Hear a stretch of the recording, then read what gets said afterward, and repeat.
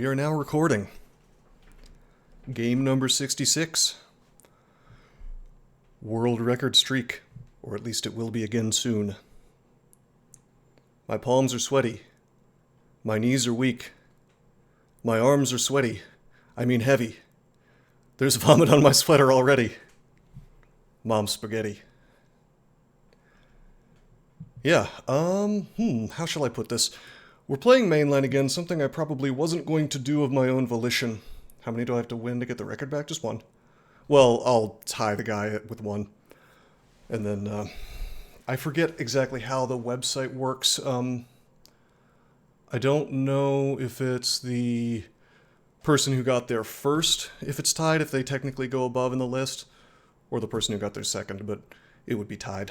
And honestly, I'm not real concerned about the world record. Like, the reality is that once you've streaked, like, I don't know, 50 games in a row, if you've streaked every single combo, you know, if you're playing slowly and carefully enough, barring some kind of horrendous RNG event, probably you can streak indefinitely.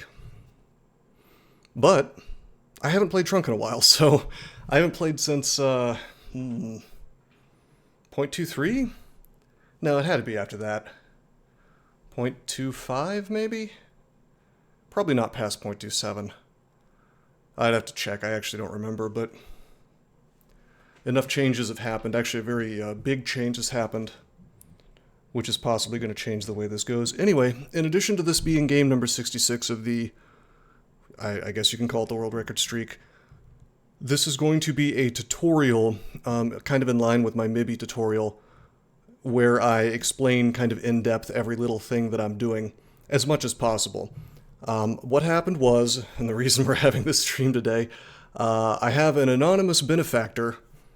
He or she does not wish to be named, so I will respect that wish. This individual put a pile of sweaty money in my hands and said, hey, I'm new to DCSS, I'd like you to make a caster tutorial.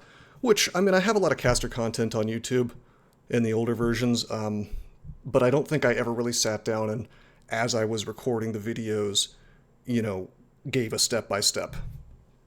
Which is hard, because the thing is that, with a caster especially, I don't know, in DCSS, every game is different, right?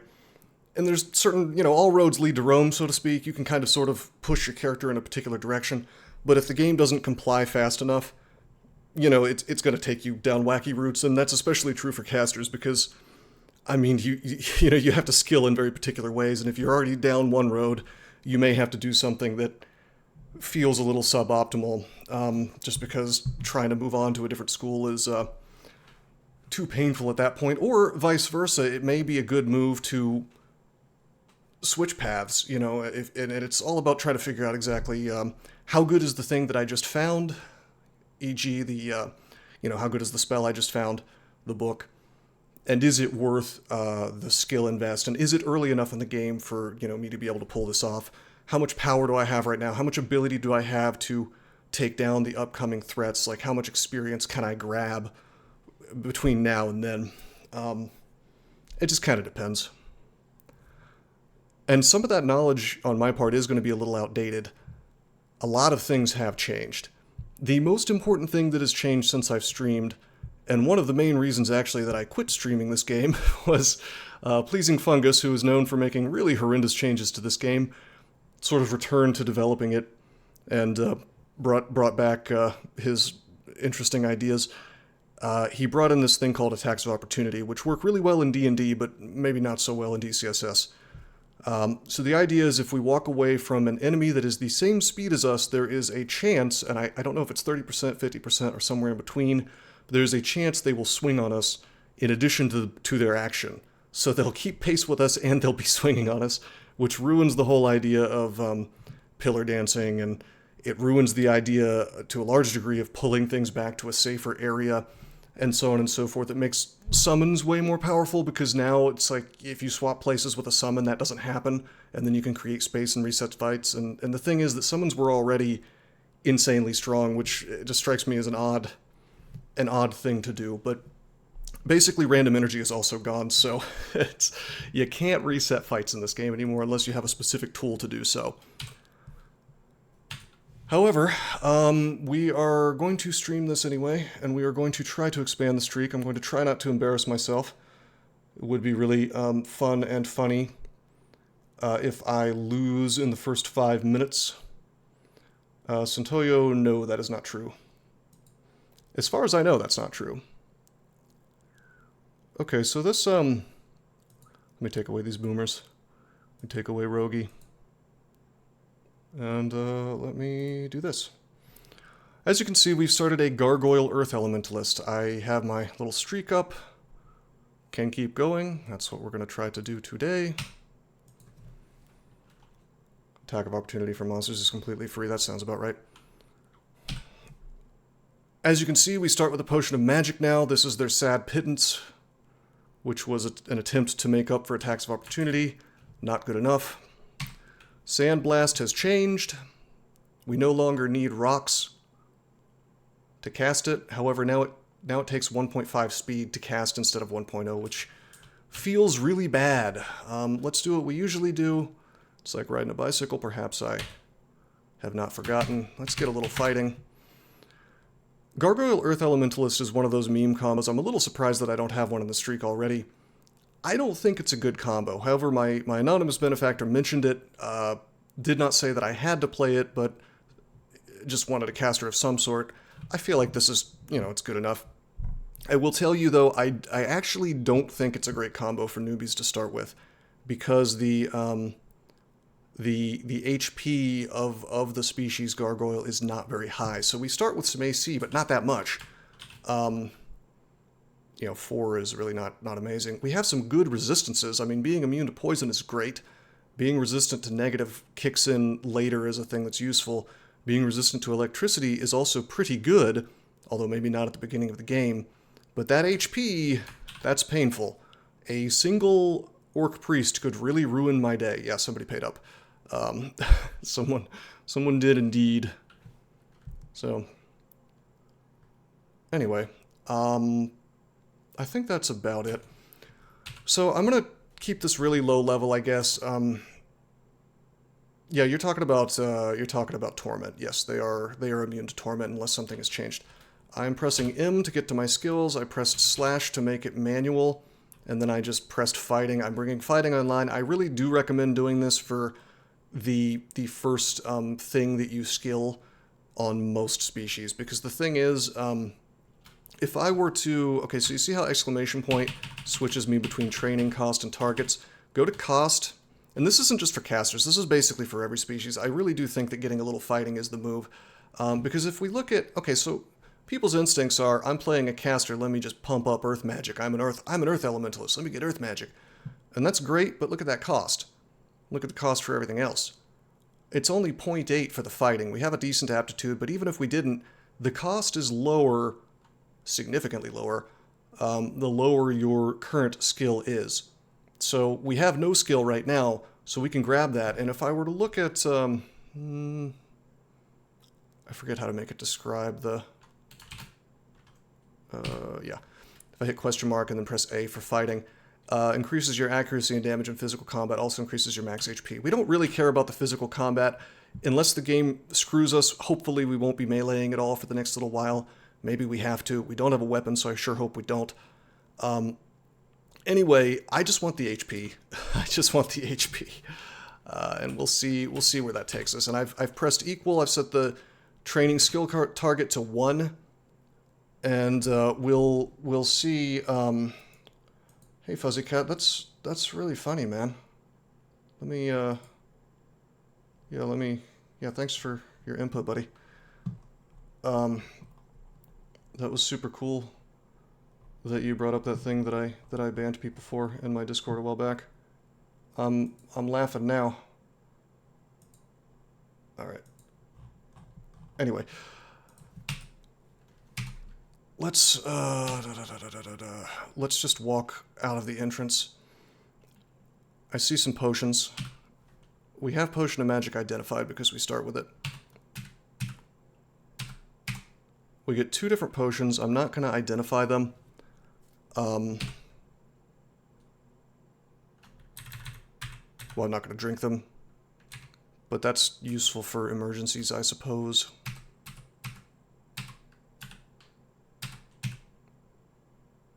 I'm not sure if opening doors can cause noise to happen, but it used to be able to, so maybe opening that wasn't the right move. I actually kind of want to... Oh, wait a minute, what's happening here? Oh, wait a minute, hold on. I need to do something. Let me put this up real quick. I need to find my... I just remembered my RC file isn't here. I need to find my old RC file and put it in. I just realized, because I didn't see the timer.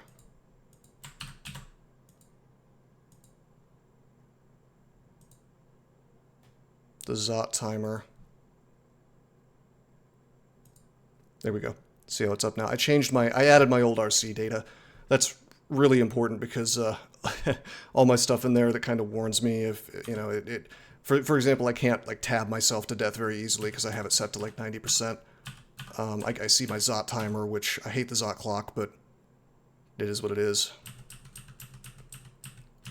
I vaguely remember this entrance vault. It's got all these doors. We're not going to open too many of them. Just the two on the bottom. Okay, we kill the bat. Unfortunately, we aren't able to fly right off the bat. Oh yeah, I guess I should go over my my skills and whatnot. So my racial abilities. If I do Shift A, I can see that. I think Gargoyle is a decent class to do this tutorial on because, I mean, or a decent race to do this tutorial on because there's not a lot that's different. I mean, you get these extra resistances and things, but the game basically plays the same way. I thought about doing a demigod, but then you don't have access to gods, and that's pretty different than most species. I thought about doing a human, which I probably would have done, because it's like the most generic, but GrEE is so iconic, I might as well. Yeah. We're immune to petrification, torment, poison. Immunity to poison is really handy in the early game, believe it or not, because it means that adders can't just kind of insta-kill us if they hit us once, you know? AC +2 is not bad for early game. Anyway, so we saw the bat. I immediately cast Sandblast on it. It was sleeping, so it was very likely to get hit. Hello, Mr. Cobalt. He shouted. We don't see any shouts coming back, so that's good. We're just going to cast on him. By the way, we have Pass Wall, Stone Arrow, and Petrify available.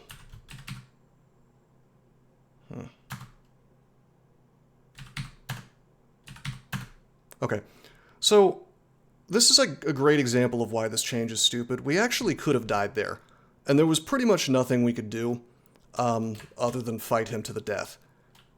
Because let's look over the combat log. I cast Sandblast 3 times.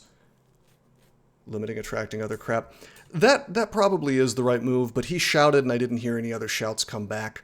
So I was pretty sure. I mean, I guess there are things that will not make noise back. So you know what? You're right. I should have backed up. The reason I didn't, and I guess I could have XV'd him. The reason I didn't was because I thought he could have a stone to throw at me while I'm walking away. But now that I think about it, I think you can see that he's quivering. So you're right, I should have backed up because he didn't have any stones. We are going to back up now just in case there is a thing that doesn't make noise. And we're going to close this door. We're going to rest. Yeah. And we're good.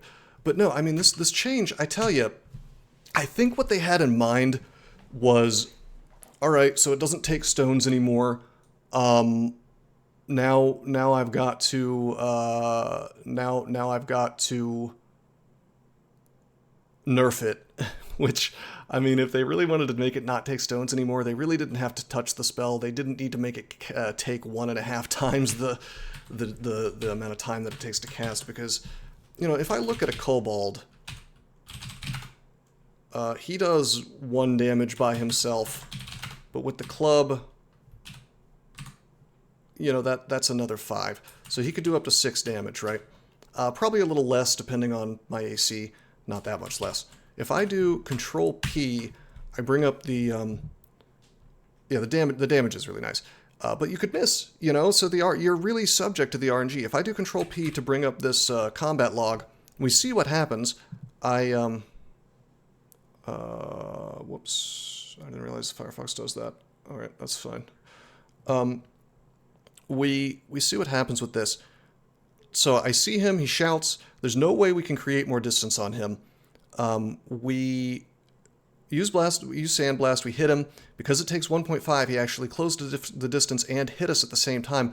I Sandblast him again. He could have gotten 2 hits on us. He got none. He missed and he didn't attack again, which is nice.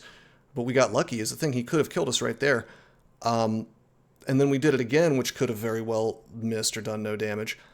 So this idea of forcing a level 1 character to have 1.5 speed casts is a little bit unpleasant, I have to say. I'm not a fan. But we lived.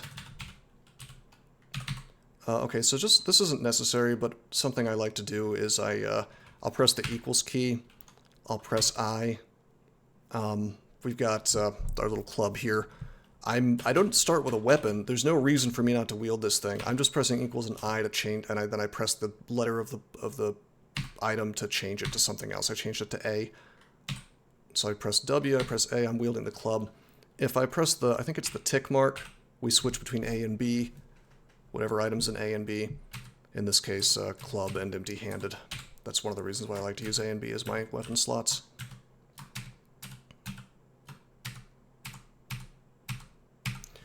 Okay, this is pretty sick. We have found a buckler of fire resist.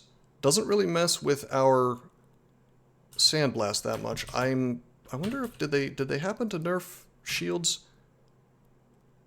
I hope they didn't.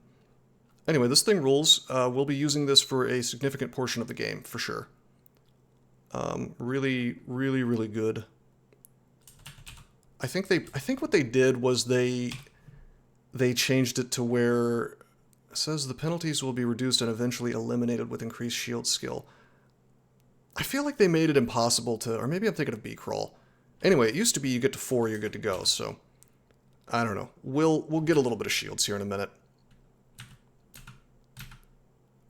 A ring.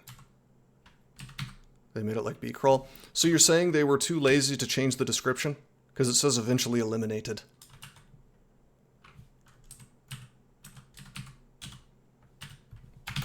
We're gonna, by the way, we're pressing, so we're pressing Q, excuse me, we're Shift Q, capital Q.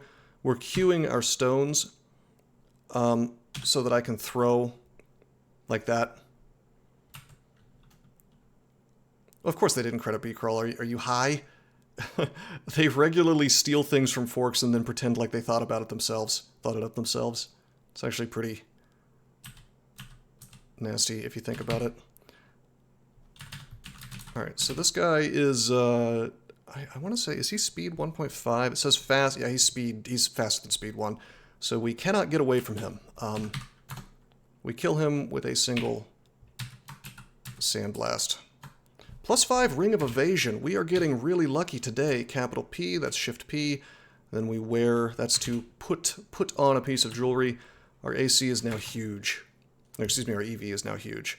We're getting very, very lucky in the early game with these items. Streamer luck, clearly cheating.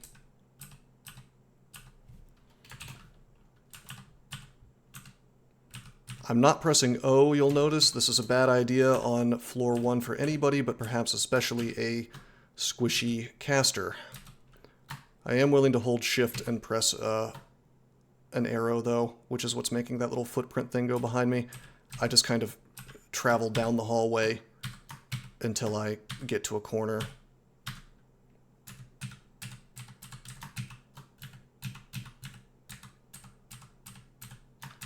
We do want to keep in mind that we have these downstairs and stuff, you know. So that's like a thing to hide in. Or a place to test scrolls if we happen to get a multi-stack. We have 2 potions now. Hello! Now we're actually going to... Okay, we're pressing X. Moving over.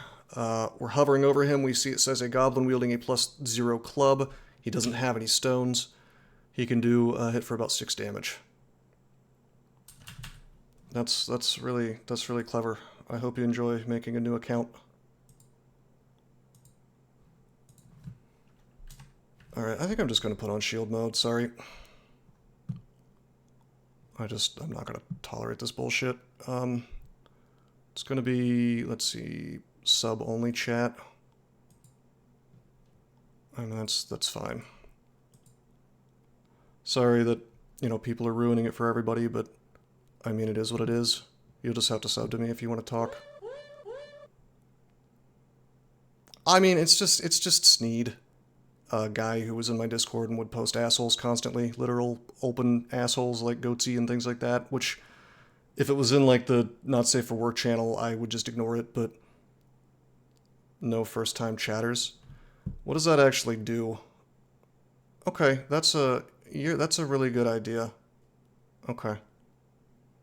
Just put it on no first... Oh, you can do that? Okay. Alright, I'm going to turn off shield mode, I guess, and then... Here's a question. If you sub, can you make it so that first-time chatters can chat if they're subbed to me? Because I know these people aren't going to pay me for the privilege of, you know, annoying me. And if they do, I'm okay with that. If you wanna pay pig for me, then you can annoy me as much as you want. Alpha, I'm just gonna let you take care of this. I trust you. A follower. Well, following doesn't really.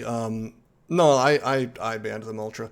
But I mean, you could just make a new account is the problem.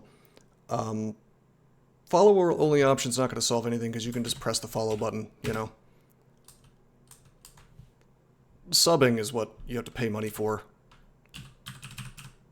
Anyway, we've got a goblin wielding a club. First time is better. Yeah. No, first time should solve the problem. Followed for a year option. No, I think the first time chatter thing will resolve it. So wait, did you turn shield mode on? Because I see it's on again. Or did I not turn it off? I'm just gonna let you take care of it. I appreciate it, Alf. Thank you. Did you change the settings so it was first time chatters? Very professional streamer here, knows what he's doing, very prepared. That should be sufficient. Anyway, doing the same thing. XV over this guy. No stone, so I feel comfortable backing up. We're going to cast. A lot of the stuff that we're doing, not really unique to casters. This is just kind of like bread and butter type tactic stuff. Plays Factorio but can't configure Twitch chat. You know, it's not in my heart to be, my heart or my soul to be a Janny, unfortunately. It doesn't come naturally to me. The Janny life chose me, I didn't choose it. Alright, so we got our fighting to 1. Now we get to choose what to do. Normally I wouldn't get shield so early, but it's so cheap, I think I'm going to get 1. I mean, it costs 0.8, you know, to get there. It's really not much at all.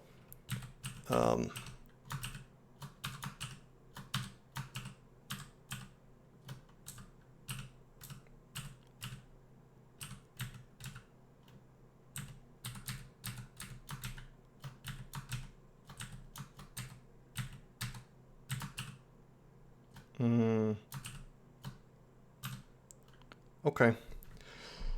Okay, we have this guy. Let me see if I can't see how much damage he does. He is subject to GDR, Guaranteed Damage Resistance, which nowadays in Modern Crawl doesn't care about what armor you have. It's only how much AC you have, and I don't know if Gargoyles still get a bonus to it.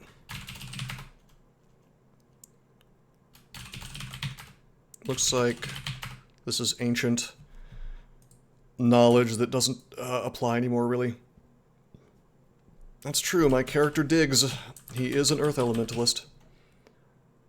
Alright, 2d3 damage on the old Slug Dart. What I'm going to do, I don't know if I want to anger him yet. We're going to do this. So the way I did that was I did Shift X, capital X to go into map mode. I moved over to him and then I pressed E.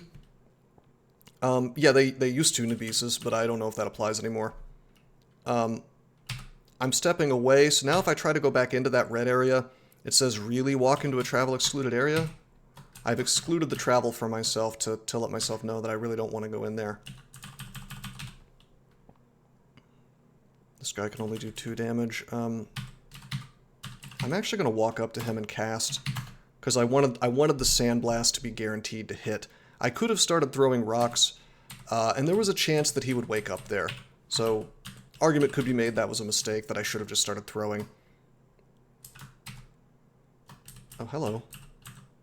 Give me that.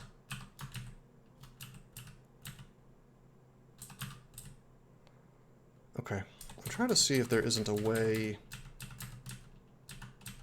we can get a little bit closer. Okay, we threw a stone. I woke him up. I don't think he really does that much damage, so we're going to take a step back, and we're going to wait for him to come to us. Then we're going to cast. He misses. We're going to cast. We hit him. He's dead. We got 1 shields now. As you can see, the cost has doubled from 0.8 to 1.7, which is a big jump. I think we are going to continue getting fighting at least to 2. Real tempting to get some stealth as well, but we'll see about that. We also got, with our level up, we got 2 more points of magic, which is extremely good. We can go ahead and get Pass Wall. I don't intend to cast it. I actually hate that spell, but in a pinch we may actually need to do it. If the game screws us enough... Oh, hello. Okay, let's back up. So, I'd rather not fight this dude. Why do I hate it? Because if I cast Pass Wall, then it takes several turns to go through. You don't actually know how many wall tiles you can go through. It's based on spell power, and it doesn't tell you in advance. I could do some math and figure it out. You know, power 6%, okay, fine. But that's really obnoxious, for 1. And for 2, you spend, like I said, you spend several turns preparing to go through the rock, so it's just kind of inconsistent, and if you want to be exactly sure what's going to go on, you have to you have to run a bunch of numbers first. I mean, it's not a bad spell. You can do very cool things with it, but in fact, we could use it right now to get away from this dude. I am aware they do up to 5 damage with their freeze. This guy could kill me in 3 hits.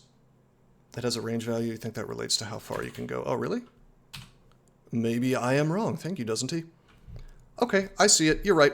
The dots are, I think it can get all the way that far, but right now we can only go through 1 tile. Yeah. Okay. All right, I stand corrected. I'm still not a fan, though.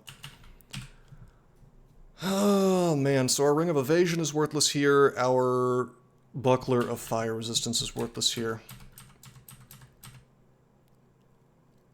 I think we pretty much have to fight him.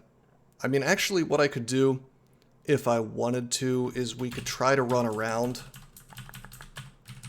You know? And make him lose sight of us and wander off. I feel like we can kill him.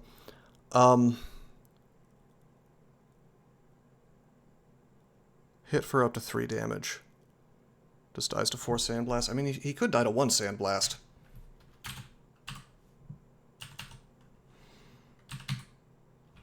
Let's pull him back a little bit more.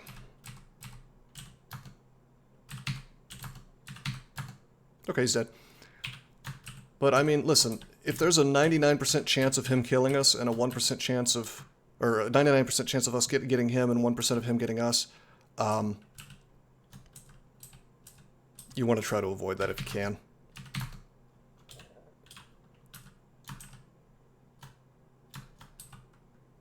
I mean, if you're streaking especially, which is what we're doing, we're trying to reclaim our world record here.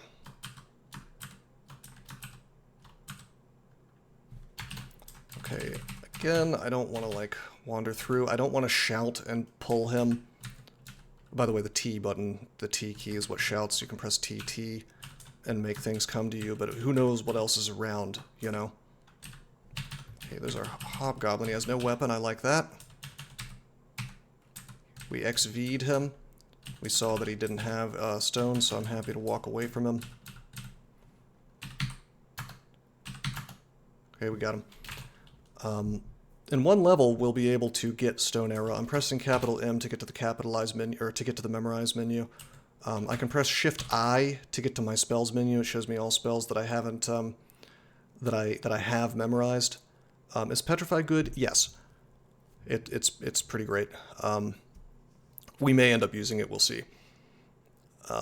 If we don't find he doesn't deal damage, so I don't take it. I mean, if you want to become a stabber, and sometimes you may have to. Yeah, Ultra, that's right. And also, I'm doing a, I am doing a tutorial here, so when I do tutorials, it's not just like how to play this character, it's how to play this character right and maximize your win rate. Actually, I'm trying to reclaim my world record here. If I do this, I've got 65 wins in a row, and a nice Korean gentleman played lots of very fast games and got to 66, so I figured if someone was going to hand me a sweaty pile of money to do a tutorial, I may as well increase my streak as well. Yeah, I mean, the thing about Petrify as a spell, and this is something you need to do when you start a caster, you want to really make a plan for, am I going to memorize all these spells? What am I going to do with them? You know, what scenarios will I change that plan in, and so on and so forth. Petrify has a higher spell power possibility. Like, it has a higher spell power ceiling than Confuse or Ensorcelled Hibernation, things like that. It also works on more things. So if you want to use it and become kind of a stabber, you could do that. There's a lot of areas in the game where enemies have low magic resistance. What is now called willpower, I'm going to refer to it as magic resistance because that was a really silly name change. There's a lot of areas in the game like you know, you can use it versus certain enemies that would otherwise be difficult to take down. Imagine trying to spam Stone Arrow at an Orc Warlord who has a huge amount of AC, typically, and a lot of HP, when you could just petrify him. He has crappy magic resistance, MR. Petrify him and then just stab him a few times and he's done.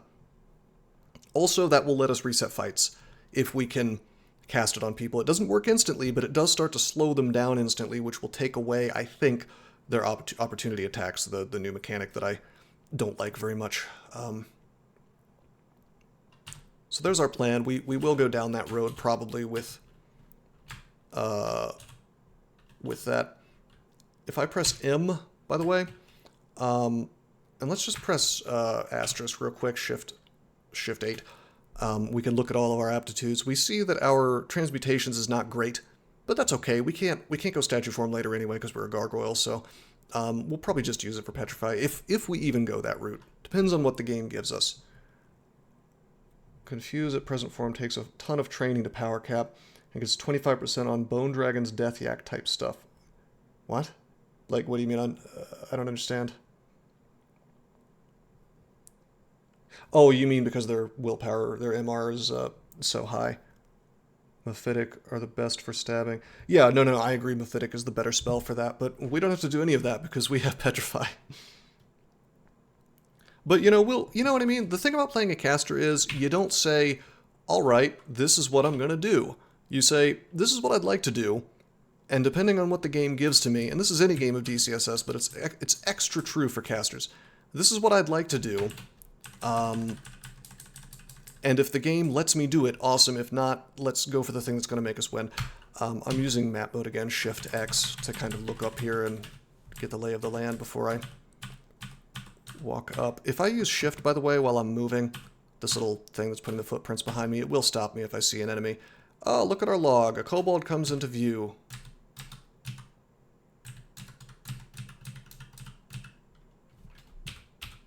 He must not have seen me.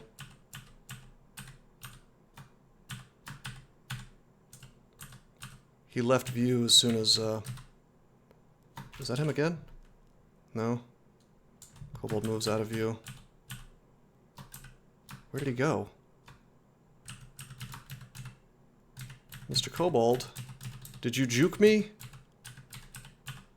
You seem to have juked me, and I'm afraid of waking up the... I'm afraid of waking up the guy.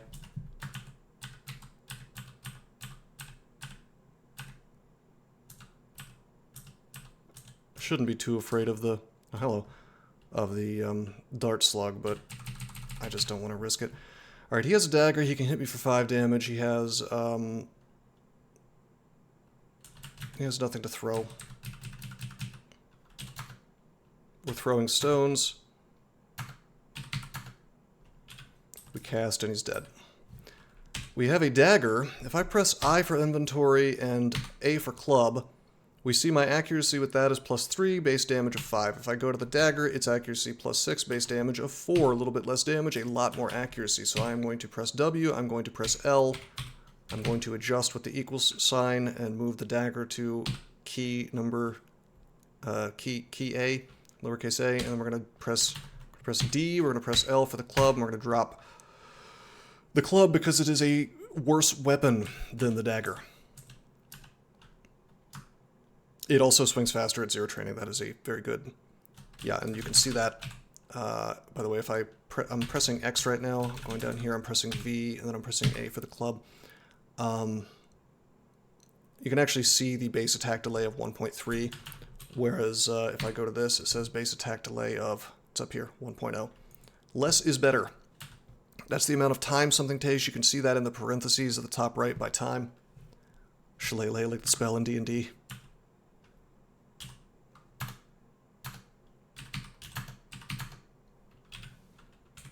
I really shouldn't have pressed O there. I just pressed Auto Explore. That was a mistake.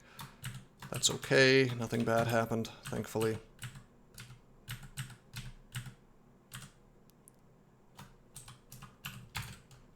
Actually, I'm going to throw something at him, and then we're going to take a step down.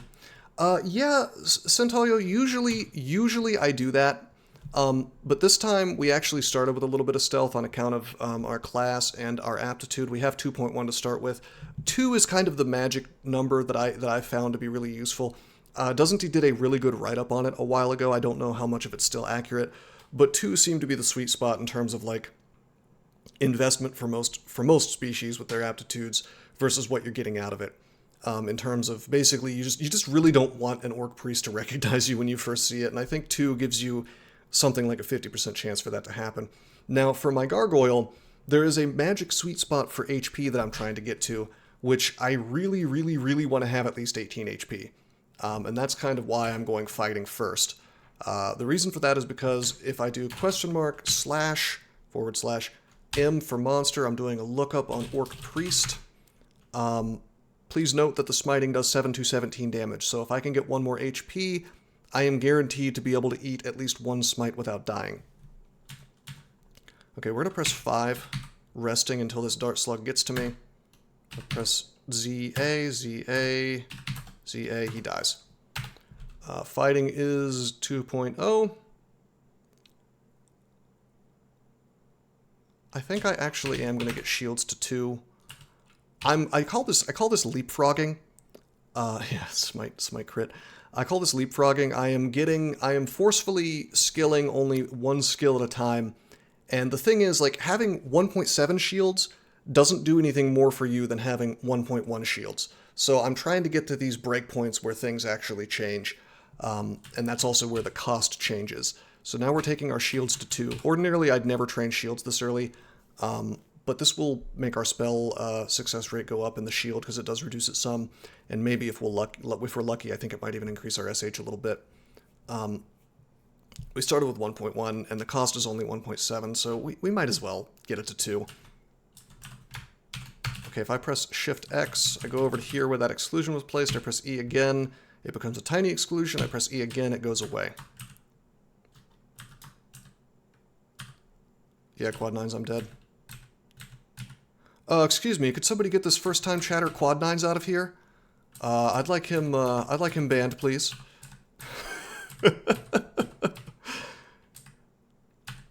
Based. That's what you get for being gainfully employed, Quad 9s. Alright, we have an interesting choice here. We found another one of these guys, very dangerous. I have a 3 stack of scrolls. Why don't I go ahead and exclude him? Normally, I should have checked my scrolls first. Normally, I feel like the right move would be to just start casting Sandblast on him, but I think we're going to come from the other end and get some throws in first. Merfolk Gladiator. Well, you give me $100 and I will make your... I will go ahead and make your tutorial for you. Alright, we're going to go down. Let me tell you why I'm doing this. Hey, thank you for the follow, Flightbird. We're going to press R. Okay. We're going to see the fact that we have 3 scrolls, right? I went downstairs because one of these could be teleport, right? We have a stack of 3, so I'll be able to have 2 that are identified once I read it to identify it. If it's teleport, I can come right back up to a floor that's pretty much safe. And it is teleport.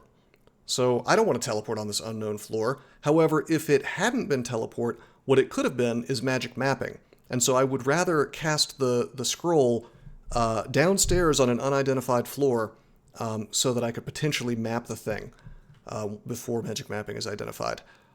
There is a chance it could be noise, but I have 2 other staircases to choose from, so let's just go back up. Teleport's going to kick in a couple turns later. And so now we know we have 2 scrolls of teleport, so I feel so much safer. In fact, I'm going to auto-explore. I see that this was, in fact, the only approach route.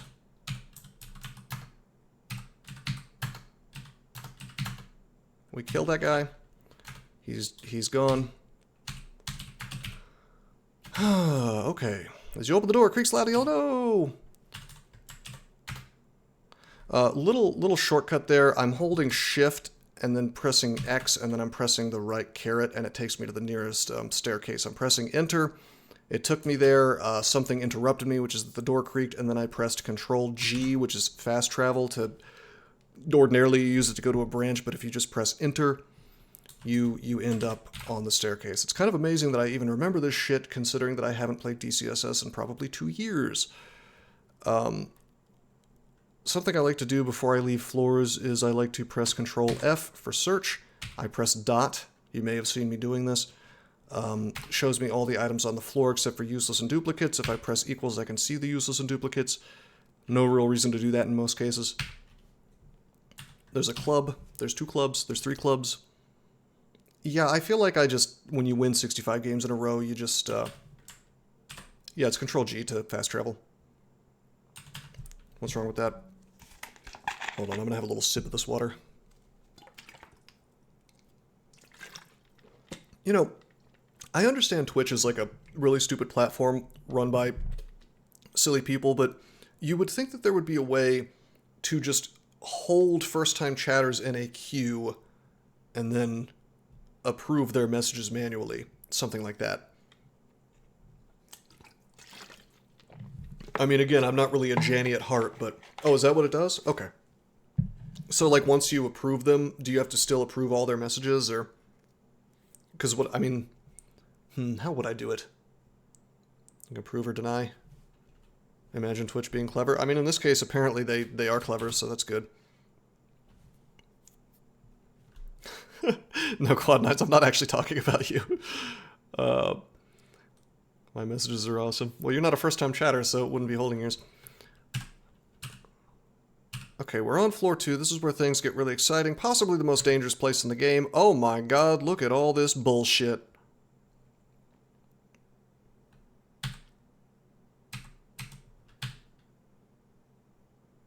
Oh, it actually did hold his? Well, that's weird because he's been in my chat many times before. Is it first-time chatters for this particular session? Because that's goofy. Okay, we're pressing 5. Sandblasting that guy to death. We're pressing 5 again. I like to chill out on the staircase when I can. Oh man, fuck you, flag the shield mode. Hey, he can say fuck you to me, I don't care. That's fine.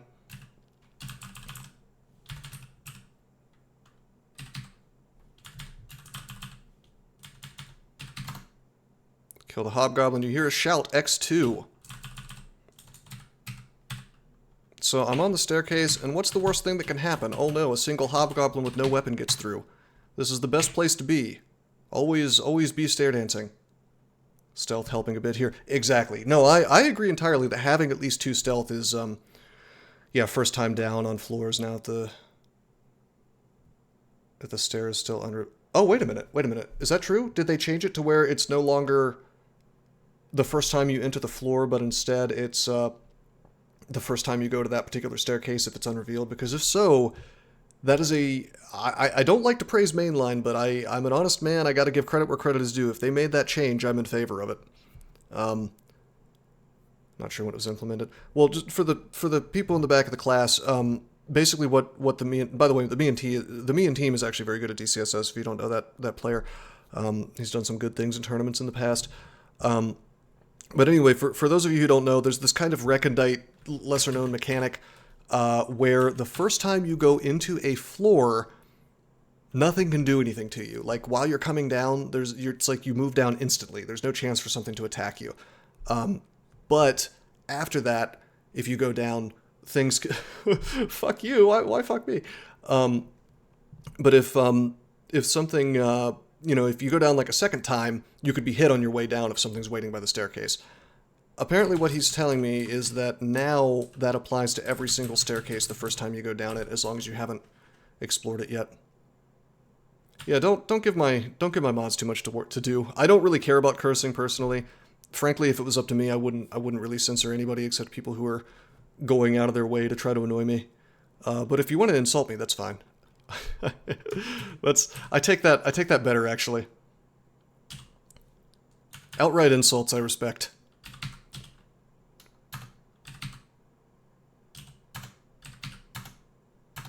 Now we do want to be careful here because I'm going to take intelligence because I'm a caster. Typically that's the right move. We want to be careful because something could have in theory come from behind me and blocked my path to the staircase. But they didn't, so that's good. We leveled up again. We now have access to Stone Arrow. I'm going to go up for safety. I'm going to... This spell is astonishingly dangerous to cast. Well, now it is. We're going to memorize Stone Arrow, and we're probably not going to cast it for a while, because it is 38% fail, purple fail rate. And if we... Whoops. If we press capital I, and we press enter on the Stone Arrow, we see it could do 16 irresistible damage to us, so we don't want that. Not a good time. So we'll go back down. Got some potions here. Got some scrolls. We now have a 2-stack. Throw in the ball python some stones. Letting him come to us a little bit. Going to the staircase, and now he's dead.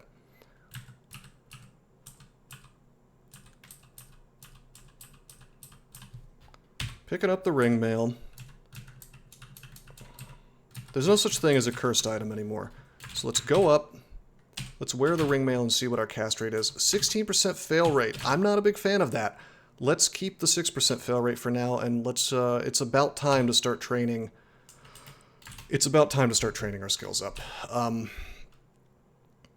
We're not going to get armor yet, though. We're gonna start getting our casting up. But we are going to keep the ring mail, because that's a pretty good item to have for later. AC is nice. Let's go ahead and use this 2-stack. Oh, no! We're wasting a beautiful blink scroll, the most important consumable in the game. But we have it identified now, so as long as I have this guy in my inventory, I feel so good.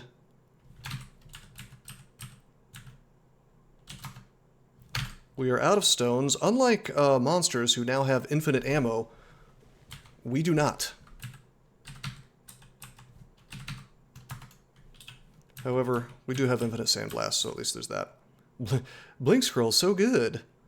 Hey guys, do you think I should pivot into being a streamer who does that that zoomer thing where they pretend to eat the stickers? Yum yum yum, yum yum yum, gang gang, slay, ice cream so good, DCS so good. Yeah, no, the me and team, I actually agree entirely. Is that a fetish, or is it? I mean, like, I've heard it referred to as the NPC fetish. So is that what it is, or is it a trend?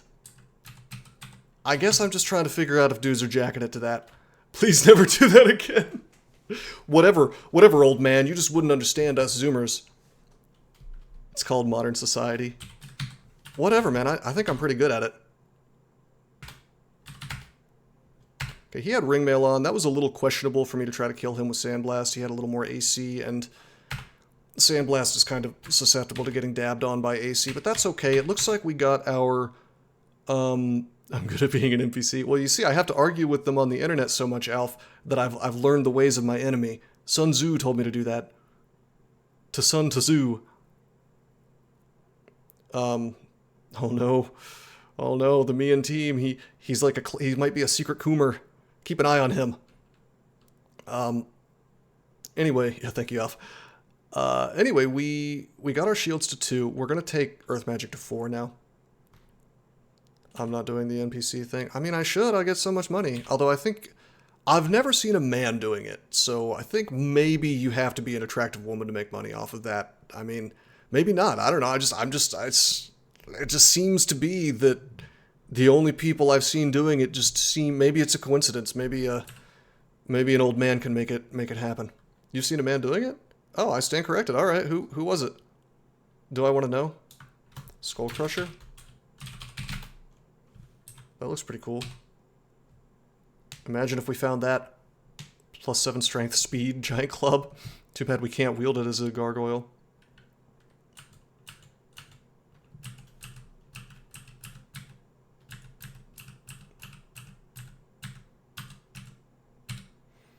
Okay, we just found a book of weapons. We got Tuck Dance, Portal Projectile, and Blade Hands. Now, anytime I'm doing a, Centolio, is that, are you asking the important questions? Anytime you find a book, it's always a cause to sit there for a second and maybe decide what you want to do with it. You know, and take as long as you need because this is a turn-based game. So there's nothing that forces you to press on ahead. Especially if you're a caster's start, you really want to start thinking about, you know, where am I going to go with this character? As early as possible, you want to try to make a plan like, how am I going to get through the mid game? How am I going to get through the late game? Typically, your starter book will get you through the early game and probably the mid game if you're in a desperate state. Like, we could get through the mid game with a little bit of headache and tears just probably by pivoting into Petrify. I don't really want to do that. I would like it if I found Iron Shot and could just dab on the game with that. But if we don't, we may have to, you know, do some dancing. So we look at these things that we found. First, we want to look at the, you know, a lot of this is going to be domain knowledge. That's why it's almost impossible to write a comprehensive tutorial or even to record one for a caster. Like, I would have to sit here and explain every single one of these spells and kind of which situations where we would use them. Fortunately, I'm being paid $100 for this, so I will do that. So Portal Projectile, not really that much of a game changer. It just makes your stuff smite targeted, which means, what? Did they take Iron Shot out? Oh, I'm playing 0.30. Why'd they take Iron Shot out? What the fuck? Are there magic schools that are noob traps? I would say yes. I would say that if you try to make a character built entirely around hexes, you're probably making a big mistake. Like, if you want to be Mr. Stabberman, I'm a sneaky ninja, and I'm doing nothing but casting hexes. Like, hexes are meant to supplement a playstyle. If you try to make a sneaky hex mage, you probably are not going to last very long. You'll get to a place that has a lot of enemies with high magic resistance, also known as willpower now.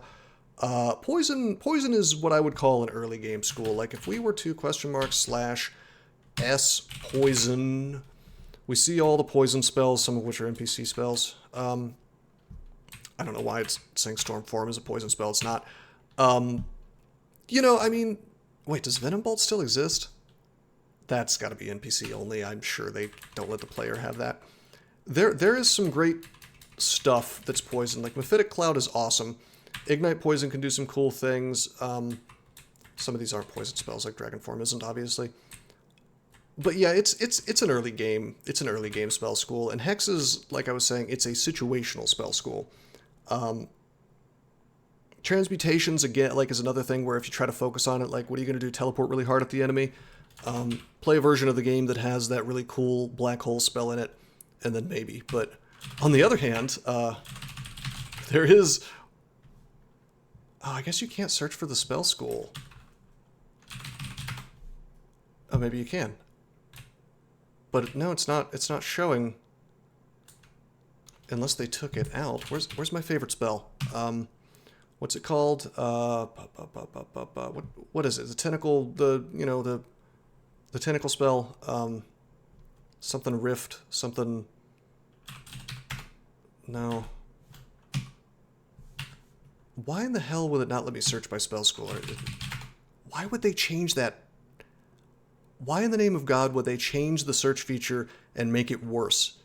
You used to be able to search by spell school and every single thing would come up. I'm like 99% sure of that. Unless they... I mean, this cannot possibly be all the translocation spells. Unless... Did they take that school out of the game? No, it's still there. Yeah, that's the one I'm thinking. Thank you. Yeah, so actually you can sort of win with translocations only if you manage to get Malign Gateway online.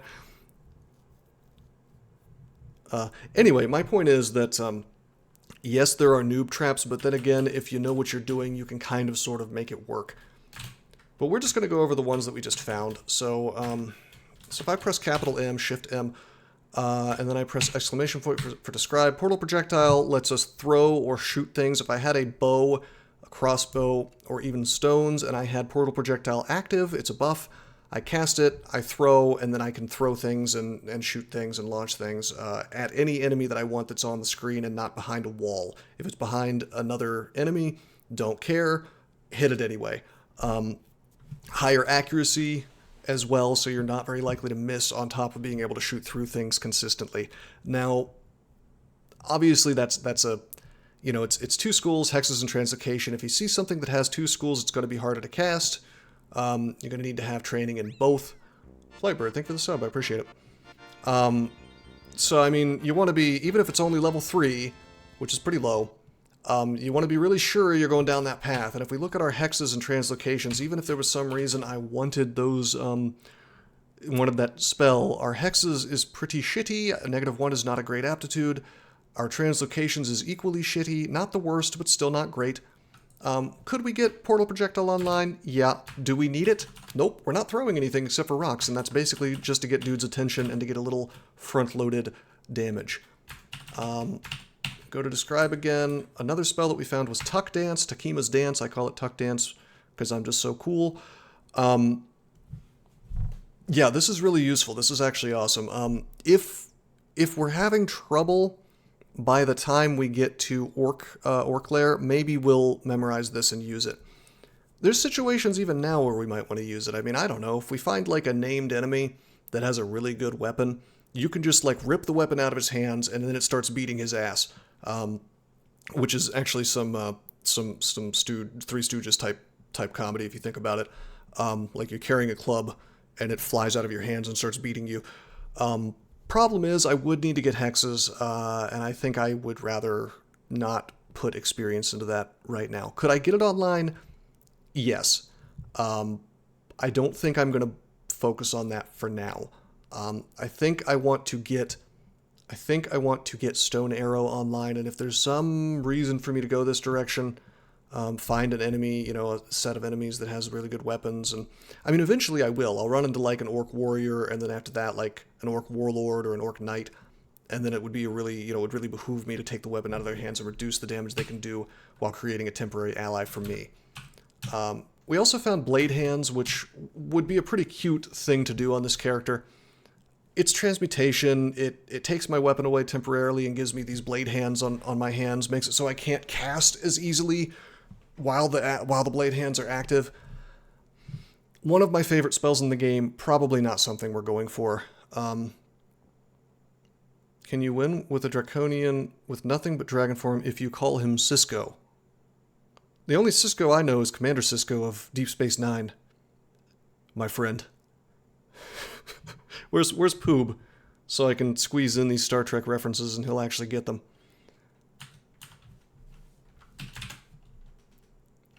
Anyway, technically we could cast Stone Arrow now, but I'm not going to bother. A bat comes into view. I'd really like to throw rocks at this dude, but you know what?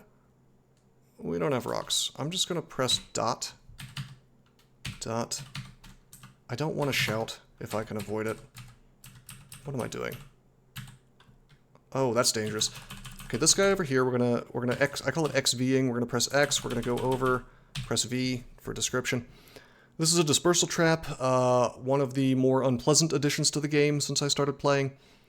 Any monster that presses that will make everybody teleport all over the, you know, blink all over the place, teleport short range, to some place that you can see.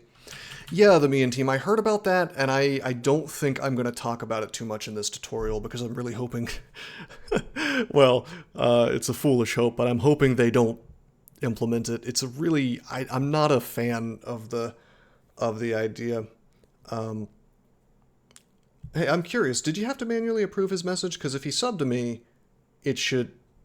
I would hope that it goes right through. Anyway, yeah, hey Flybird, thanks again for the sub.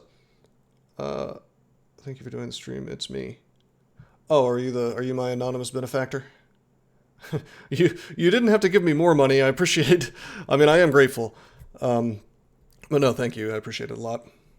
Oh, that's a gifted sub from Alf. Ah, that makes more sense. Okay, I was gonna say like, you already paid for the stream. Well, thank you then, Alf. What about the sub chat? Oh, I had some people show up trying to distract me, and so we locked the stream to so only first time chatters can't message without without being approved. Anyway, yeah, the Mian team. It's an interesting idea. The evocable tokens, they called them talismans, with their own shape-shifting skill to train. I don't really understand why it's being reworked in that way. Like, what is wrong with the existing system, and is this really that different? I mean, Trog form changes are permanent until disabled.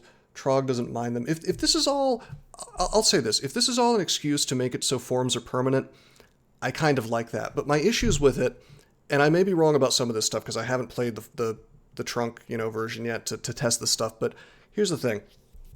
Are they dispellable? That's my big question. Because it takes several turns to go in and out of the forms under the new system.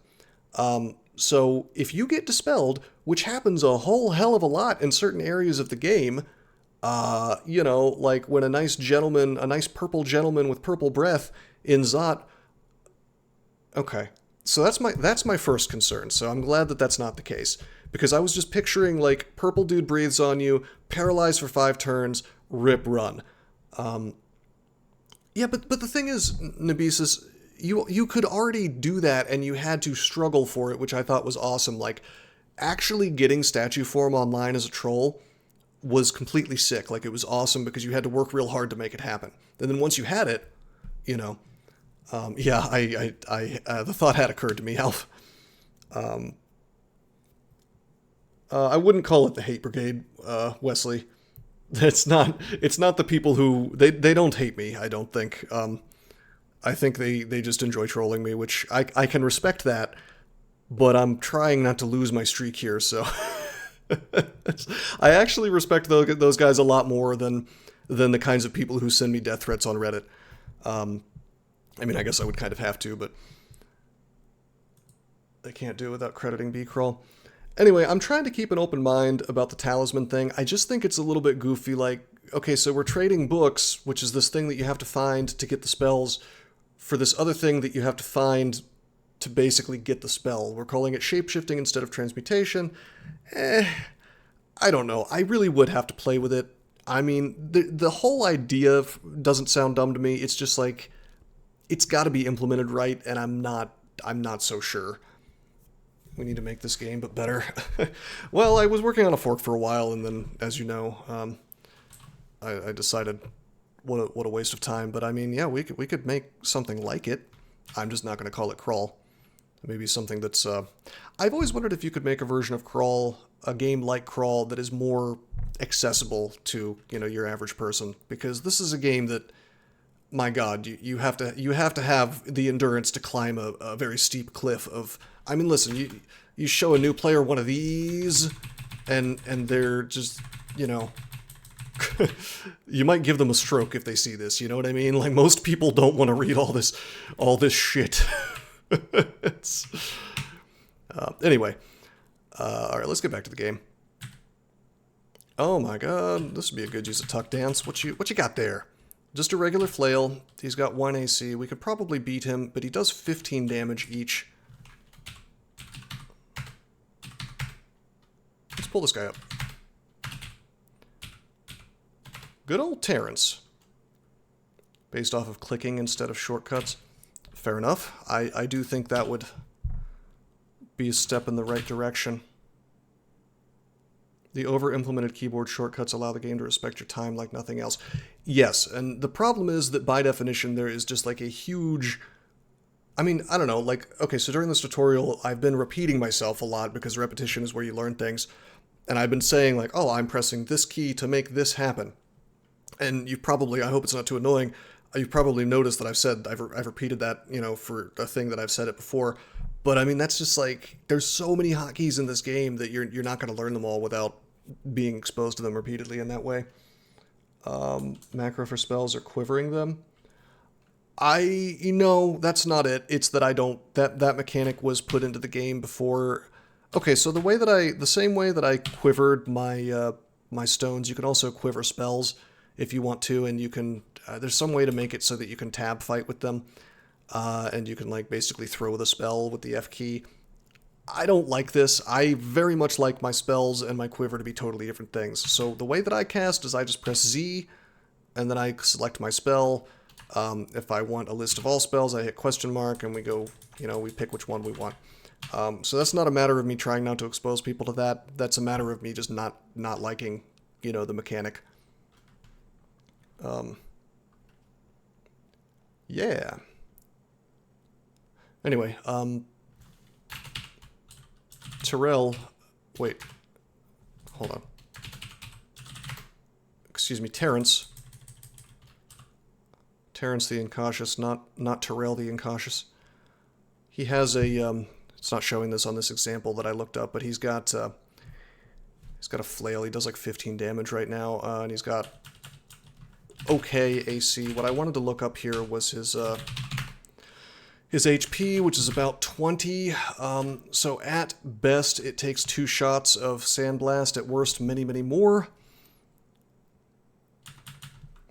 Yeah, the me and team. I actually, I'm sure that I am the odd man out there in terms of that.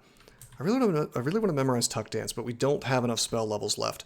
We can either level up to get more spell levels, or we can train spell casting. I don't want to train spell casting. I just want to upgrade my Earth Magic. I think that the best thing we can do with Terrence right now is not try to engage him, because I would just have to use resources to get away from him. Type at 130 word per minute. Yes, that is helpful. I don't want to have to use resources to escape him. Hello.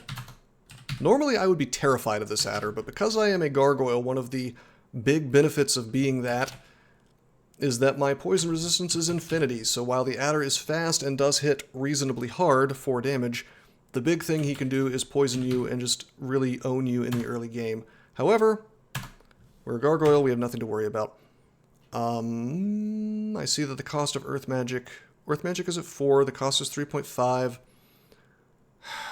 I guess we could go ahead and get some conjurations, yeah? For the sake of, it's very cheap. Even though our aptitude is only 1, it's very cheap. We're going to grab Stone Arrow and get that a little more online.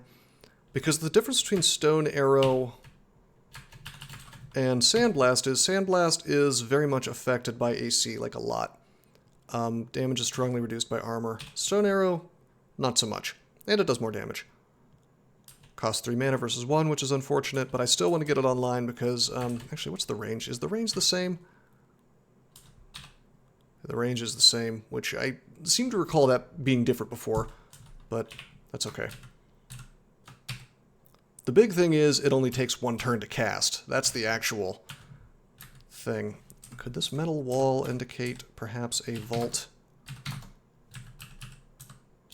A vault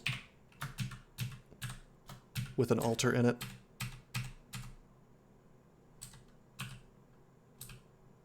Okay, well, I don't give a shit about the whip or the dagger. If I run into Terrence, Kobold shouts, you hear a bark.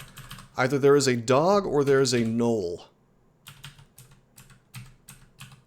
I don't want to run into a gnoll.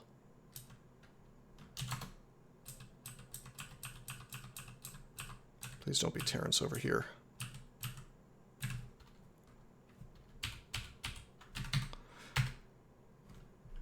Okay, so I ran to the staircase because just in case something bad happened. A gnoll is likely to have a net on him or have an entire pack behind him. There was only one bark, so I assume it was just a dog, a hound.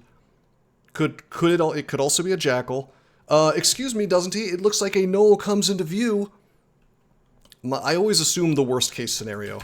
Also, if it was a jackal, I would assume it would be like several jackals. But then again, I would also assume that there would be several gnolls, so I don't know.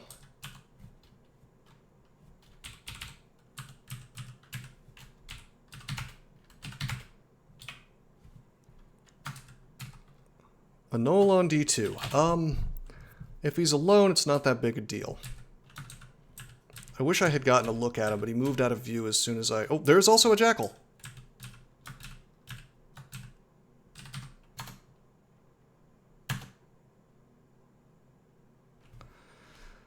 How am I treating the conduct parameters around caster here? I mean, we didn't talk about conduct. I'm not doing conduct. This is I am considering a tutorial on how to play a caster.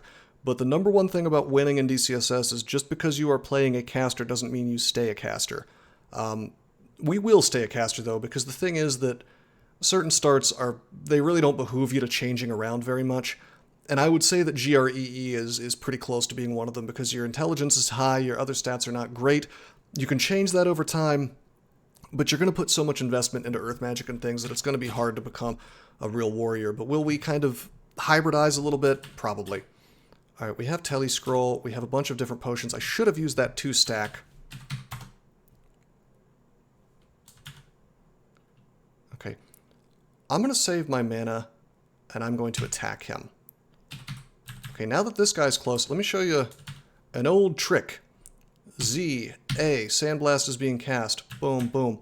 We're going to aim at this particular jackal so that, I mean, we will probably end up being mostly a blaster caster. So I'm aiming at the one behind, so that if we miss the guy in the front, too bad, so sad, we're hitting one of them, and that's exactly what happened. We have a good amount of AC. Okay. I'm going to kill that guy manually. I just walked into him because I wanted to save my last bit of magic. He had low HP, and our AC is high enough that they're not going to do too much damage to us. We got our conjurations to 1.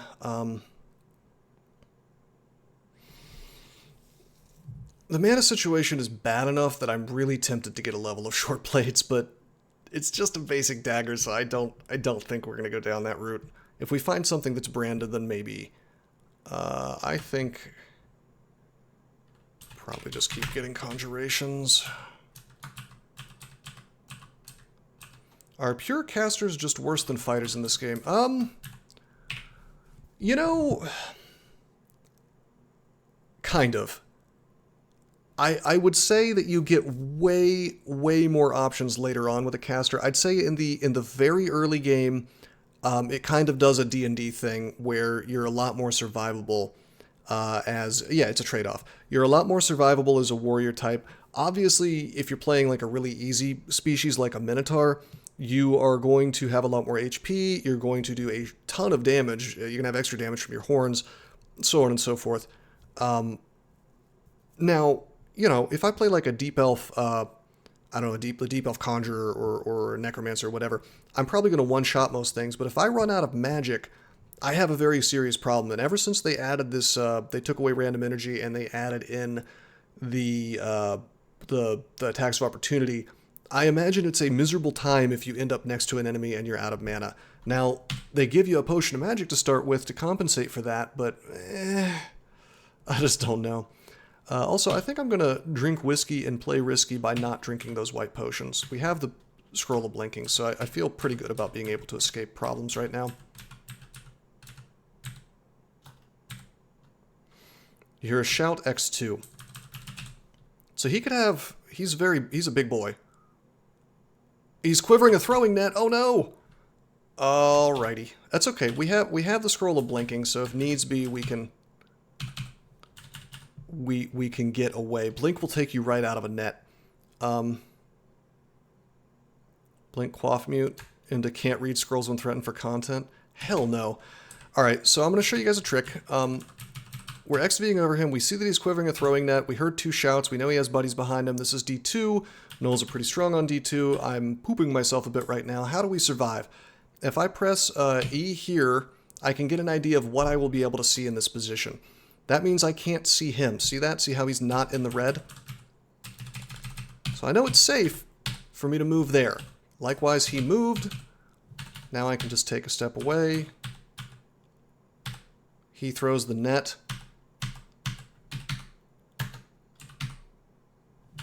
How much damage do you do? 12. You can't kill me. Okay, you missed me. Okay, good. It's not super dangerous because of GDR, he couldn't have killed me even if he got the double hit on me. If I had taken any damage, we would have simply blink scrolled away. Ordinarily, it would be super dangerous, but because we had the blink scroll, I knew that I was safe. You would have seen me being a lot more careful. I'm very sad that we broke the net. Yeah, blink is... You may have been thinking of constriction, where blink is not guaranteed to get you out of constriction, but it takes you right outside of the net. I heard 2 shouts. I wonder if that was his buddies. Oh, it is his buddies. Yeah, he was the whip man, or excuse me, he was the net man.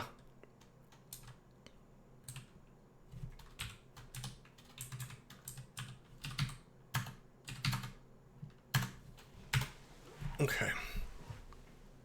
Just tabbed him. I mean, we could have actually won with tabbing, but you see quad 9s, I had to be a little more clever than that.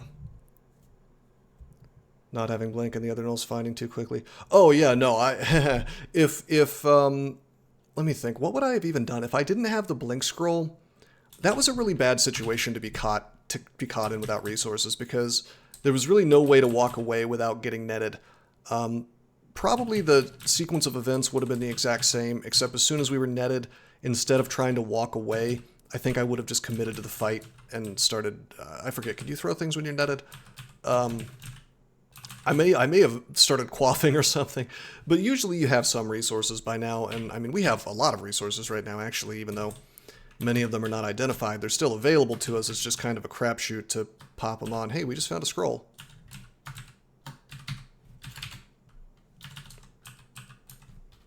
Is Passwall doing anything cool just yet? Nope, still only range 1. I don't like that he has a spear. Actually, I love that he has a spear. That means I can walk the hell away from him. He won't get up next to me. Alright.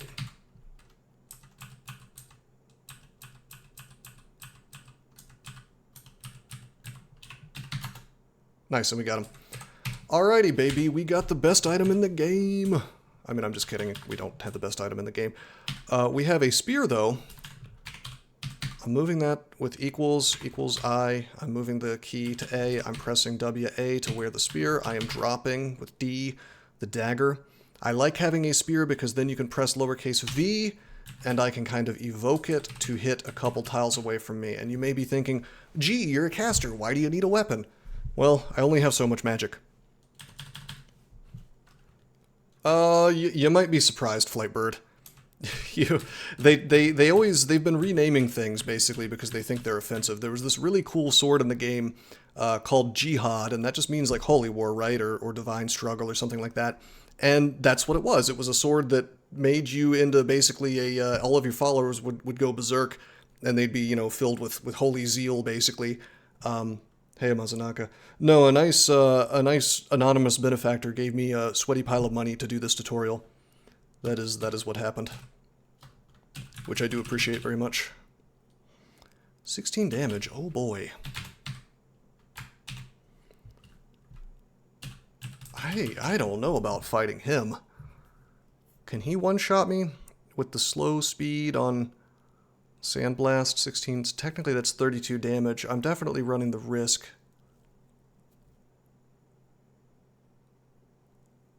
No gender in this game. I'm surprised. No, there is, actually, if you... No, I promise you that the people who run this game are West Coast ultra woke types. My ban from their subreddit is evidence of that. Let me show you Hepliakana, very, very nice and useful god. You can, for no reason at all, This is a god about having an ancestor that follows you around. You have like a little ghost buddy. And for literally no reason, no in-game reason, doesn't affect anything, very outside of what Crawl usually does with anything, because everything has an in-game purpose, you can set the gender of your ancestor. No idea why they put that feature in. Anyway, let's see, 32 damage. So the thing is that, like I was saying when I was complaining, that the Sandblast spell takes 1.5 turns to cast, so in theory he could hit me twice.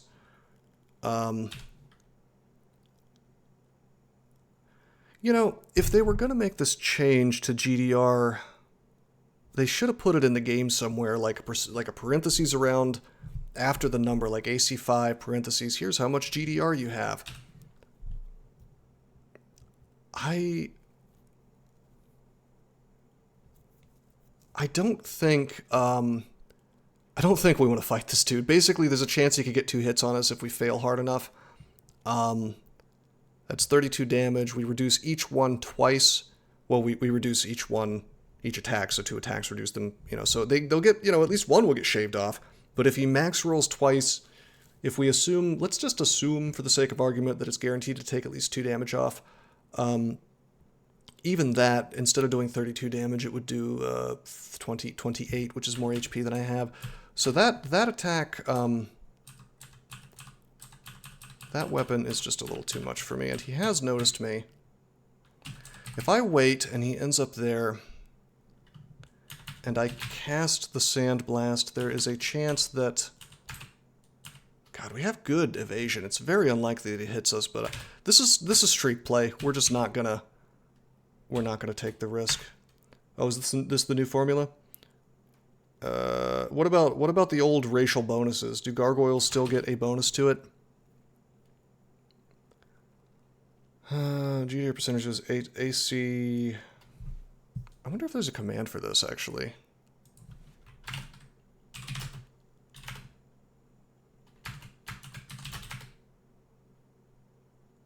Oh, that's not what I had in mind.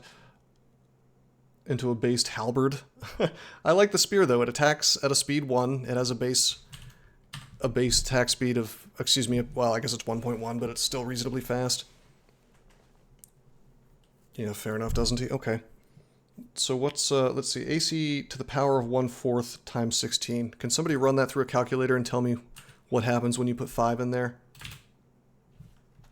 I'm going to shout a few times. I'm pressing T and then T again. Oh, hey, Terrell. Hey, yo, what up, Terrell? I blasted him with sand once. He's moderately wounded.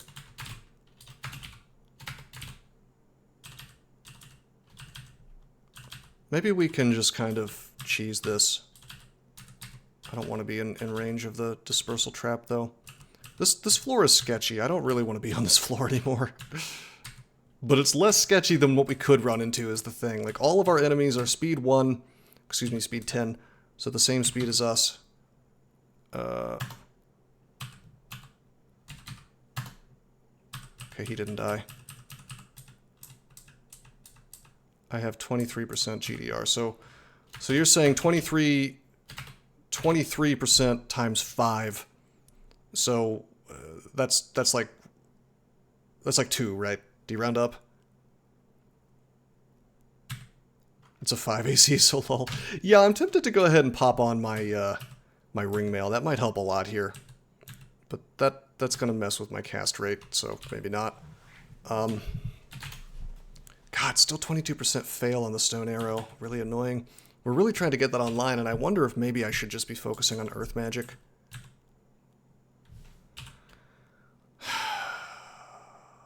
Yeah, I think I'm making a mistake. After 3, we're going to stop training conjurations. Hey, buddy.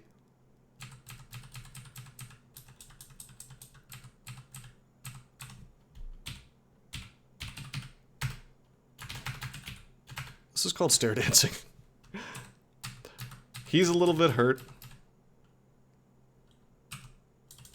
Shout. Oh, you hear a shout. Hobgoblin. Oh, whoa, whoa, whoa.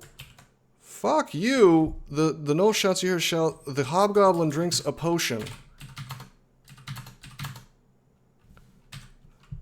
Oh, wait a minute! Oh, that's sick. Okay, so they kept this. I like that. He identified the potion for me by drinking it in front of me. So now we know what... Now we know we have 2 potions of haste.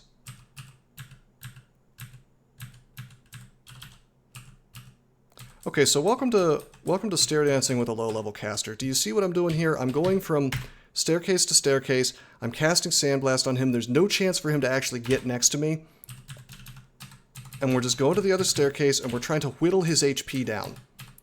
It's a slow way to reset fights. You know, and he is regenerating a little bit. We miscast. Got him. So eventually I was bound to roll high, right? It took a little while, but we made it happen. And with the fact that you can't get next to dudes anymore and use random energy to eventually reset the fight, the fact that you can't do that means that you have to get a little more clever now. You get them when they die? I know that's true for wands. They don't use the charges anymore. I don't know about the potions, though. Would that mean he has infinite potions of healing? Or potions of haste? Okay, we can do the same thing with Terrence here. But it might not work as well. He's 3 tiles away. At most, he'll travel 2 tiles. I am playing 0.30 in this. I do not like to play Trunk, especially on my Streak account. I'll play it on if I'm just fooling around or somebody really wants me to or whatever, but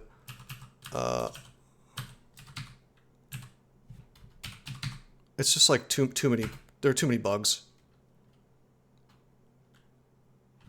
Getting haste reveal early is really nice. I mean, it's worth losing a haste. Terrence is moderately wounded. That's pretty good. If you have any questions about the thing that I'm doing here, you should ask, because this is like a crucial early game tactic. Normally I would cast again right here, but because Sandblast is 1.5 speed, there's a chance he could get a double move on me, which we don't want.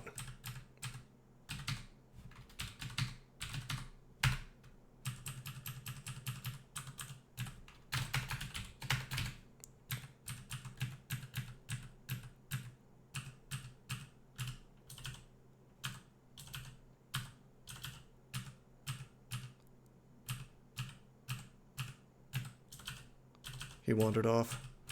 That's the downside of the strategy is there's no... There we go, there he is. Damn. But you see how much the RNG can screw us in terms of actually being able to hit dudes.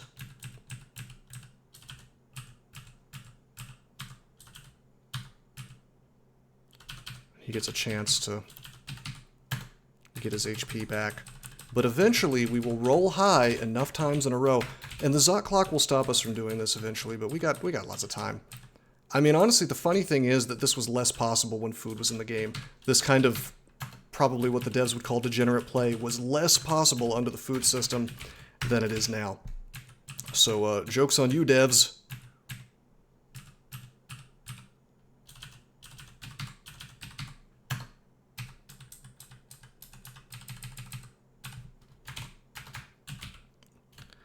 Yeah, I'm not real good with what happened in which version. Yeah, the main team, that's basically correct. God, it is weird playing without random energy. Like, normally I would be sitting here kind of afraid that he would get an extra space on me, but now it's so consistent that it almost... It's too easy.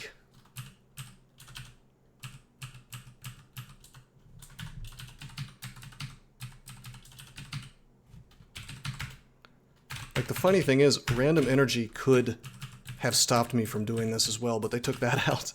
So this is what we're doing.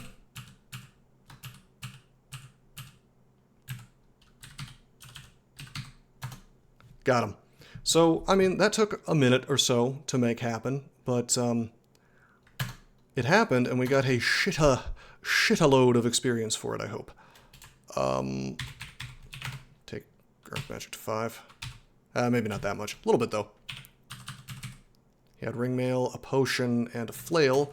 We don't really care about the Flail. You know, unlike the Spear, it's not ranged. You can't do 2 tiles away, and the accuracy bonus isn't great. Yes, I agree entirely, Naris Zero. I like Spell Hunger, and I wish it was still in the game. I am now willing to auto-explore a little bit. I probably shouldn't be, but I feel like that's probably the most dangerous thing on the floor. We got Crazy Youth here. I would really like to kill him and take his cloak, but we have no safe way of doing that, really. So that is not going to happen today. Technically, his spear could hit us and paralyze us, and then we just kind of die instantly as he proceeds to beat us to death, so we're just going to auto-explore away from him.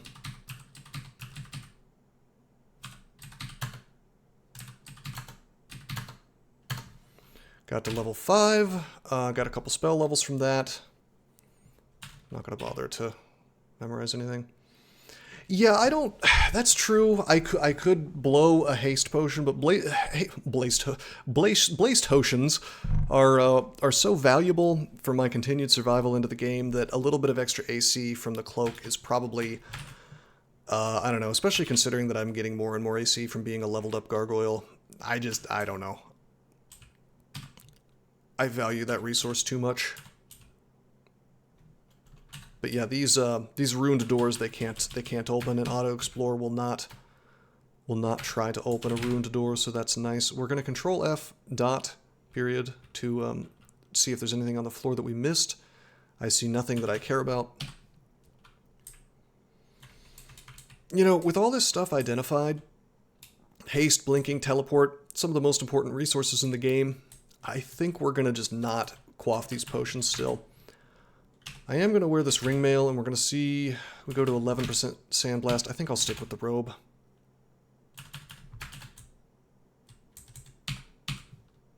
If you exclude the door, auto-explore won't keep making you move there. Oh! I didn't know that. That's interesting. I've learned something today. Apparently you can auto-exclude ruined doors and you won't go there. Years of playing DCSS, I didn't know that. That's handy. In any event, it won't open the door, so you would not want to auto-explore and open a ruined door automatically. I'm glad it doesn't work that way. Okay, we go down. We get a third fizzy yellow potion. That is probably curing just based on the spawn rates, but we'll keep that in mind. Kill the rat. Another potion. That's a 2-stack. More resources, more chance that we will survive whatever the game has to throw at us. We're still in the very dangerous part of the game, though. So we're going to very carefully kind of walk around doing some concentric little circles around this staircase. Got a Staff of Poison. Normally I'd be real happy to see this on account of the fact that wearing a staff, in addition to giving you more spell power with that school, tends to give you resistance to that particular type of thing. This could give me poison resist, but the fact is I am a gargoyle, I'm already immune to poison, so we're going to carry the staff around for no particular reason, but we're never really going to use it. Actually, there's no reason for me to carry this, but I don't know, maybe I'll find a poison spell that I want to cast and have high spell power with. I seriously doubt it. I'm struggling to even imagine what that would be. My aptitude for poison magic is okay, but it's an early game school, so probably not going to happen. But I have so much inventory space, I might as well carry it. Mozanaka says, close are not that rare. The weapon brand that sent you to the Abyss, that's Distortion. Yeah, that's still in the game. And you're 100% right. It's generally speaking not worth fighting youth for a cloak. It's a +1 cloak. It's a lot of extra AC, honestly, but... Okay, so this guy has a Dagger of Draining. Ordinarily, I'd be super terrified of that, but I have resistance to negative, so I think I'm actually immune to it. Let me make sure. Let's check the knowledge bot. Normally, I would know this by heart, but it's been like 2 years since I played a game, so... For effect on players, see Drain.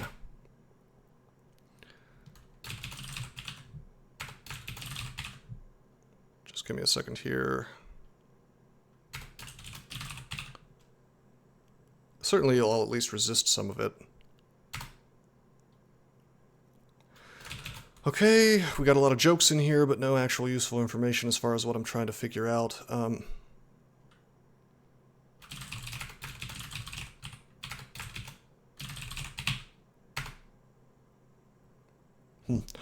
I don't know. I think I'm immune to draining on account of having a pip of resistance. If I press Shift 5 or percentage, I bring up this screen. 1 pip out of 3 of resist negative. I think.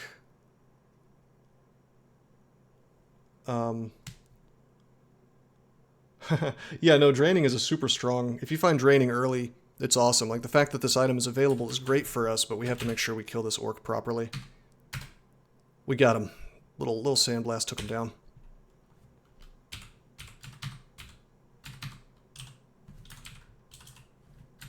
Probably shouldn't have shouted here, but that's okay.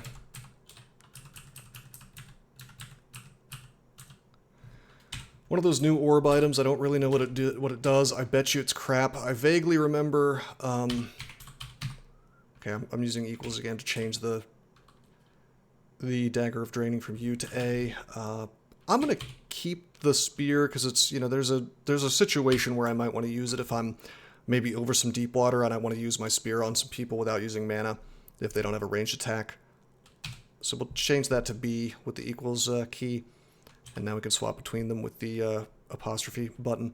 Even as a caster, your weapons are important, and the fact that we have a draining dagger is awesome. That is a great, powerful brand.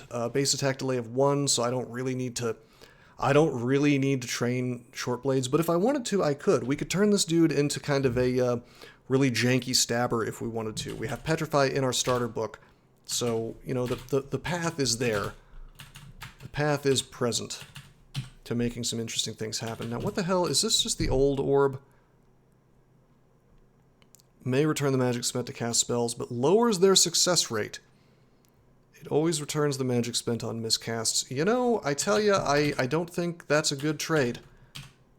If I didn't have a shield, then maybe, but we're dropping that.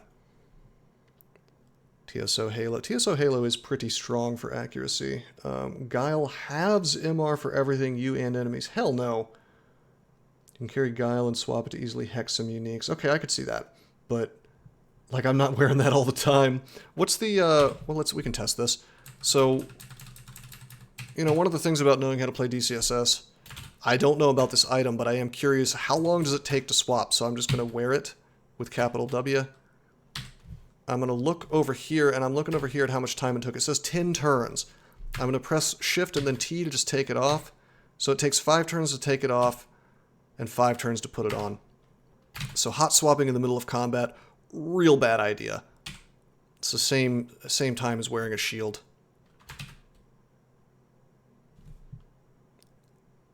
Yeah, no, no, I think that makes sense. The main team versus powerful uniques that are susceptible to MR but don't have any MR targeting attacks. It's a good move. At some point, by the way, we're going to be able to fly. Oh! Okay, so this is not great. See this guy right here? See this green cloaked dickhead? Can do 17 damage to us, and because we're in the water, we move a little bit slowly, 1.6 instead of 1. This guy can confuse us, but he can't do it through this plant. So we're gonna walk the hell away. Okay.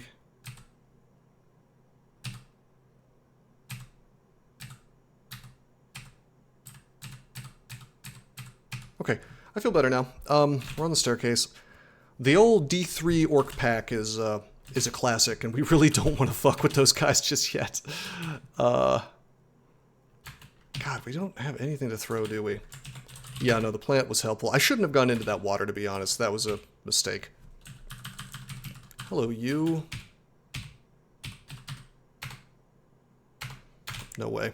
So we go up, and that was actually really dangerous, because that could have been a... We could have gotten confused there and then smited to death. That was, I should have gone up instead of... I got greedy, I wanted to kill the little orc first. We're gonna do a little shouting.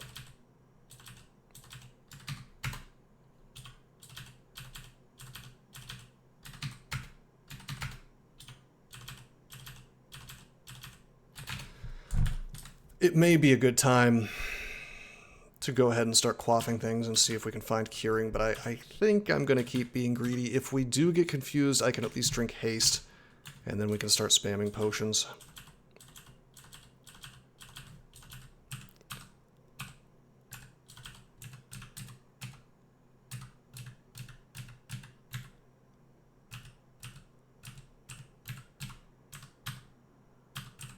Okay, we have a 3-stack. That could very well be Identify. So we're going to do that from here. Oh, yeah, it's Identify. Alright, let me see if I can activate my crystallized memories as to exactly how I used to do the identification minigame. I think in this case, we're going to be super greedy. We're going to identify the big stacks. So that's Flight. I'm glad we did that. Now we know that's garbage. We have the good scrolls already is the thing. We have Blinking. We have Teleport. Those are the two that I care about the most. So the potions are what I want. Even though we do have Haste, we also want Healing. We want Curing. Might is pretty good. I don't remember if that still exists. Agility would be good, but they took that out. So we'll identify that. Resistance is okay. Identify that. And we got Heal Wounds.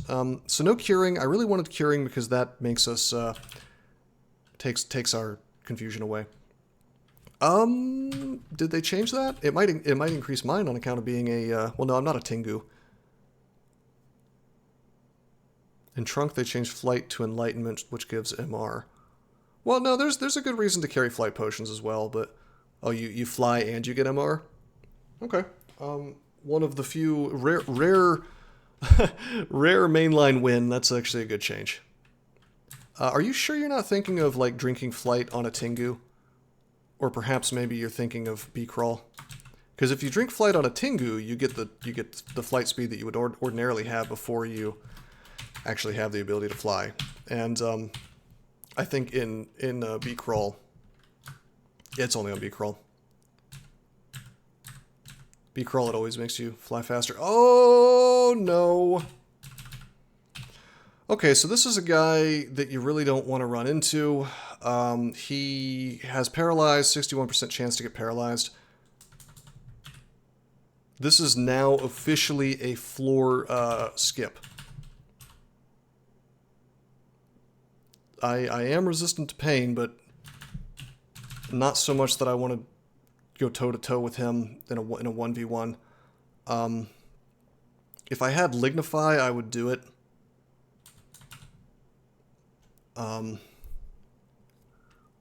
But yeah, this is what I like to call a game ender. Yeah, exactly. So we're either going to... So the safest thing we can do, the absolute safest thing we can do, is go ahead and burn our Blink and go over there. I'm going to be just mildly greedy.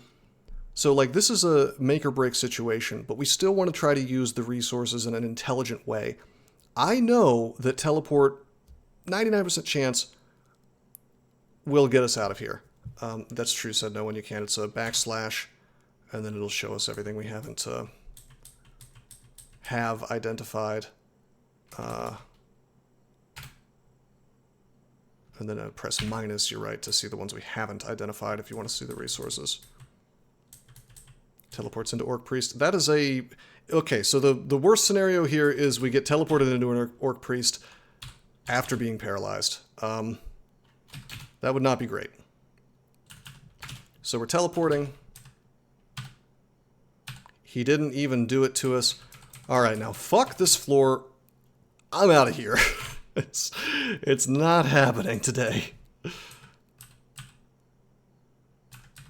Wait a minute, I can throw.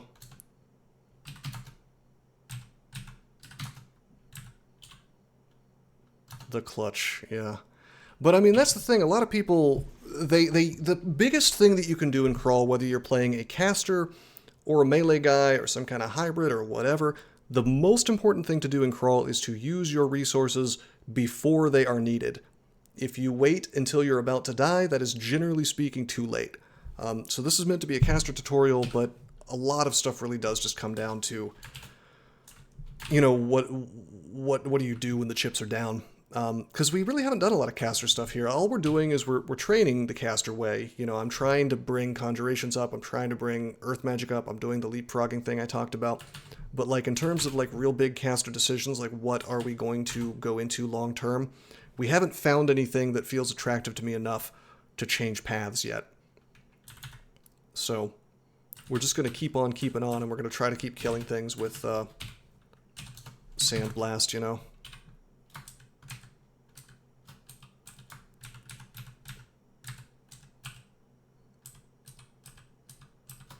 By the way, I can press Shift X for capital X, and then I can press the left bracket to move up so I can kind of see which staircase this goes to.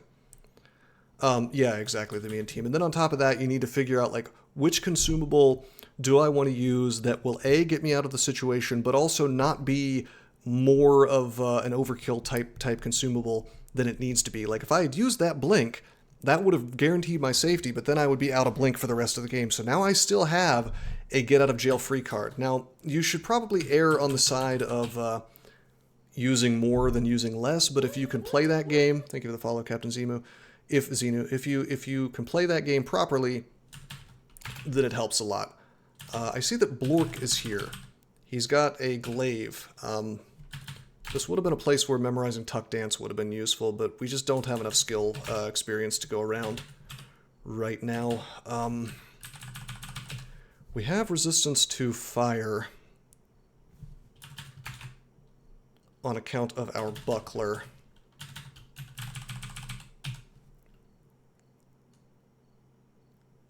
Max HP 31. How to calculate if they one-shot you or not. Well, they've changed that. It's a lot easier to calculate now. But I mean, the Blork the Orc might as well be an ogre. That whole thing where it's like the two damage or whatever, like that you subtract if they have a weapon, that's gone now. It'll actually tell you the true and honest number now, I think. So you don't have to do funky math anymore, which is a change, I guess. I guess I do appreciate that. 22 damage with this weapon, so he could two-shot us if he gets to us. But he can also hit us at range, which is annoying, and he can haste himself. I sure wish we could find a decent wand or something. Something that I could use in these situations against... Yeah, no, we're probably going to end up... We are probably going to exclude him.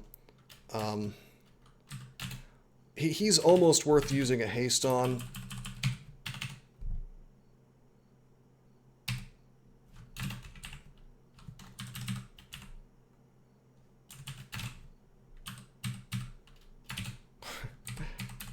Okay. Oh, man. Fuck this. We'll go the other way. Wait, is that a dead end? Yeah, it is. Let's just hope he doesn't wake up. He's not the worst thing, though. We can get away from him.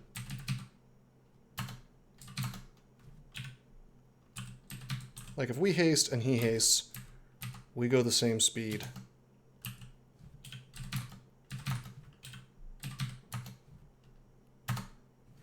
Training is 5.0 has been reached.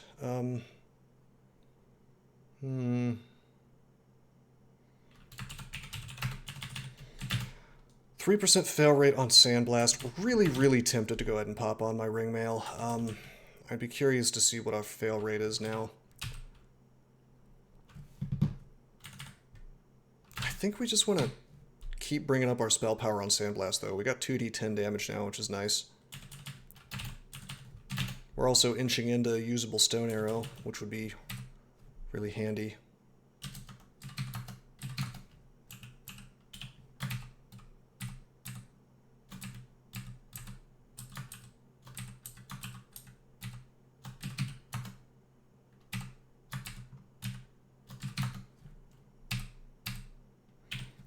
I mean, we're basically just going, like any game of Crawl, we're going for enemies that we know we can take out without too much risk. Charging up like Goku for the Spirit Blast. Getting our experience, and then we come back to things that we can defeat, or couldn't defeat before, rather, but can now. Alright, we got a book! And I see a spell that I do not recognize. A Book of Spectacle. Okay, Volatile Blast Motes. It says it's fire and translocation. So we're going to learn about this together. Level 3 spell, probably not something we're going to be using for a while, but maybe. Brings forth a cloud of volatile blast motes around the caster. Is that an enemy? Is that like a summon? Which explode when something... Okay, it is a summon. Which explode when something moves into them. Okay, so they're landmines. Or when they're exposed to open flames. The explosion is concussive, knocking adjacent creatures away. Damage done rises with the spell's power. Is there AoE on that? Does it always knock them away, like away from the caster, or can it knock them into the caster? Maybe it knocks them the way that they came. Yeah, it does sound like a pseudo AoE. I'm kind of curious though, if it's a real AoE and they get like right next to you, that's not great. It also seems like this probably hurts the caster as well. You haven't actually tried the spell out. It looks like it could be handy, honestly. Like anything that gives you... This is a turn economy spell. If something walks into your blast mote, then that gives you more turns to shoot at it as it's approaching you. So I could see this being worth getting. We don't give a shit about Starburst right now. I mean, that's just like, it's too high level. It's just like a big AoE.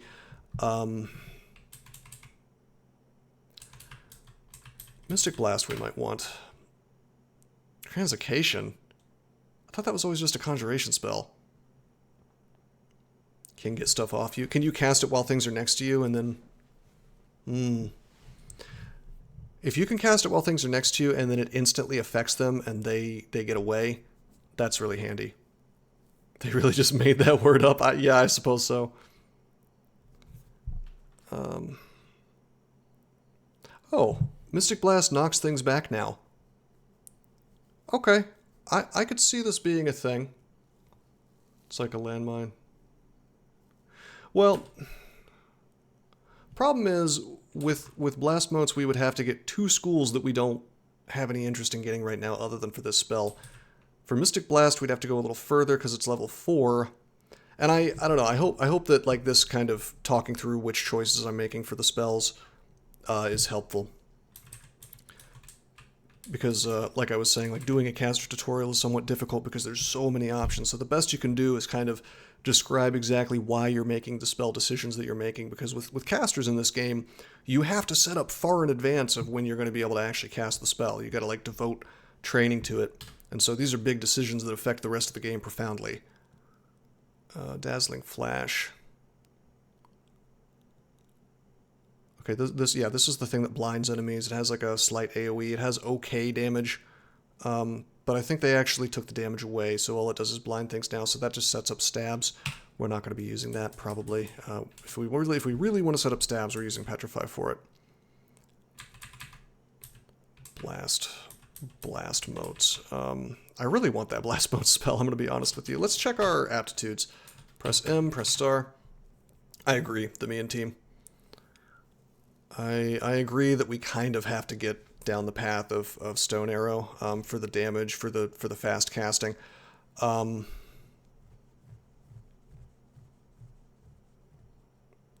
Yeah, no, I agree entirely. But the blast motes, we may go in that direction to have some kind of consistent way of resetting fights. Or not even, you can't even really reset fights with it because you would have to walk backwards into more landmines and you would get blown up.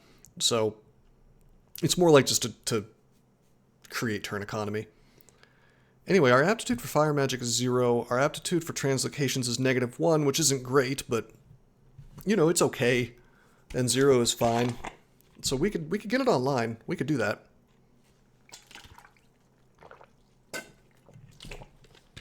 I hope you enjoy me loudly drinking water in front of the mic. I feel like I talk a lot more when I stream DCSS than any other game. Of course, that's I guess that's going to happen when you're doing a tutorial. All right, Gridgem. Thanks for coming by, man. I'll be playing probably... I mean, this has already been 2 hours, and unfortunately that's what happens when you do a tutorial-style run, and you're explaining everything. You play very, very slowly. And I'm a slow player to begin with. I was planning on continuing until we reach Lair, but there are a couple things I need to do tonight, so if we're not in Lair in, like, I don't know, maybe 1 more hour, I feel like I'll probably call it a night. But we will, of course, we will finish this game at some point. Well, not at some point, over the next couple days. I'm a procrastinator, but not when people have handed me a bunch of money. Let me put it that way. Oh man, it's too bad this is an old school protection. Oh yeah, well I really hope it's helpful. And again, I mean, if you have any questions at all, you know, then feel free to ask. I'm happy to help. So I don't really want to use this mace. Once upon a time, you got the AC always while you were wielding it, but now it only activates when you attack. So we're just going to keep the Dagger of Draining on. Hello, shithead! Okay, so as much as I might want Call Imp, which would be very helpful, you know what I want more? Is not to die to Sigmund. 50% Confuse. I would be happy to use resources to take him out. Especially since he's blocking, you know, he's blocking my path to this book. I suppose we could walk this way, and he would definitely not wake up. The imp is there an imp rework? What the fuck? Equipped with a spear. What? They took away my cool little multicolored imps? I mean, I guess that's okay. The real point is to get a summon spell. I mean, this spell is incredibly powerful just by virtue of making a dude for you to walk through or to help you out. Also, I think they changed it to where you don't lose, I think you do not, I think you no longer lose experience for summons killing things. So, you know what? We're going for it.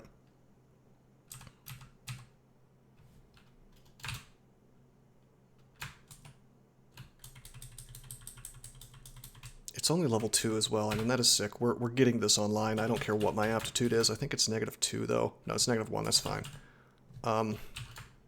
We'll finish up our Earth Magic and... Oh, man. Hold on.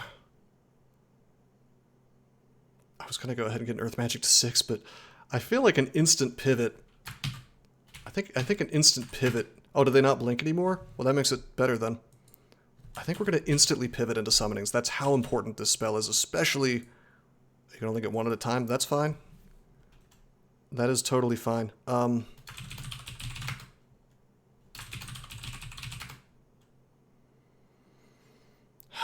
The old thing is in here. Can somebody verify for me that they no longer steal experience from you? Because the old way was... The XP gained from a kill is reduced proportional to the damage done to the monster by summons, but no less than 50%. But I feel like they don't steal anymore. That's what I thought. So they changed that.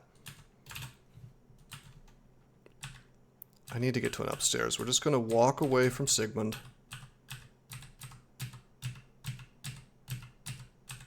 I'm going to go ahead and memorize. I am going to press equals and then S for spells. I'm going to go to the Call Imp, press D. I like to put spells like this on a capital letter. Because that way it's harder for me to fat finger it, because if I cast Call Imp, unless something has changed, it will instantly bring the imp around. 1, 2, 3, you're right. But possibly we can walk around. 100% chance to hit, baby. Hello! Hello! That's really good. That's really, really, really good. I mean, that is like a free early game right there. It even gives me extra int, which is sick.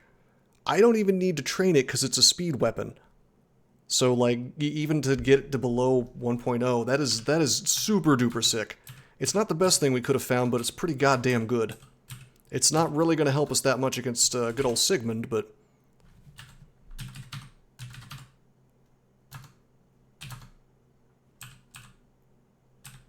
Okay, there's a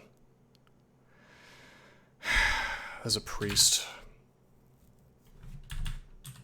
We may have to teleport. This sucks. I got so excited I forgot that this game sucks now, and you can't just walk away from things. Oh, I know. I'm fully aware. I think this is I've just played myself. Pretty unlikely. I thought I could just like tab into the ship, but that's just not a good idea. Vampiric Trident. +1. I'm gonna have to think about this. We've got to use, unfortunately, we've got to use a resource, because of the priest. I feel like we just teleport. I could use haste and try to battle it out, but not with the priest around. Probably don't want to use pass wall.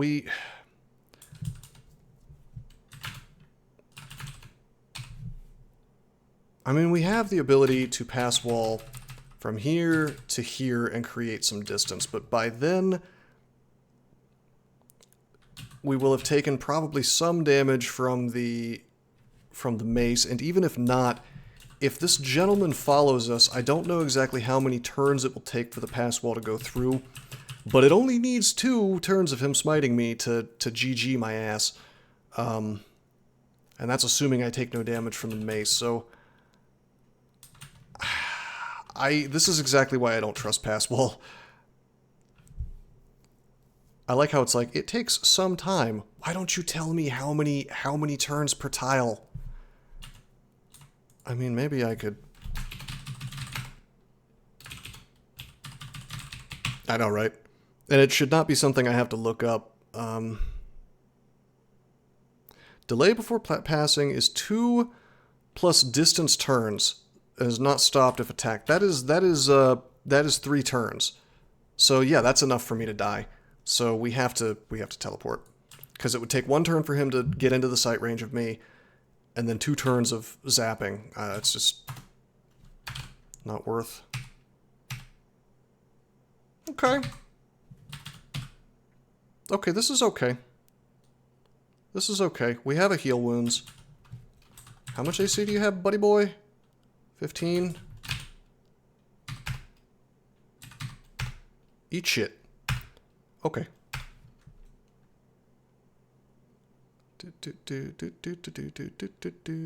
Alright. Get the summonings up.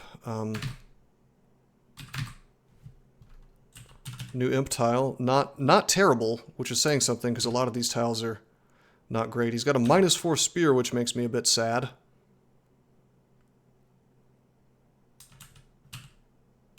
Got some crest vibes from Demon Crest. Disappears in a puff of smoke.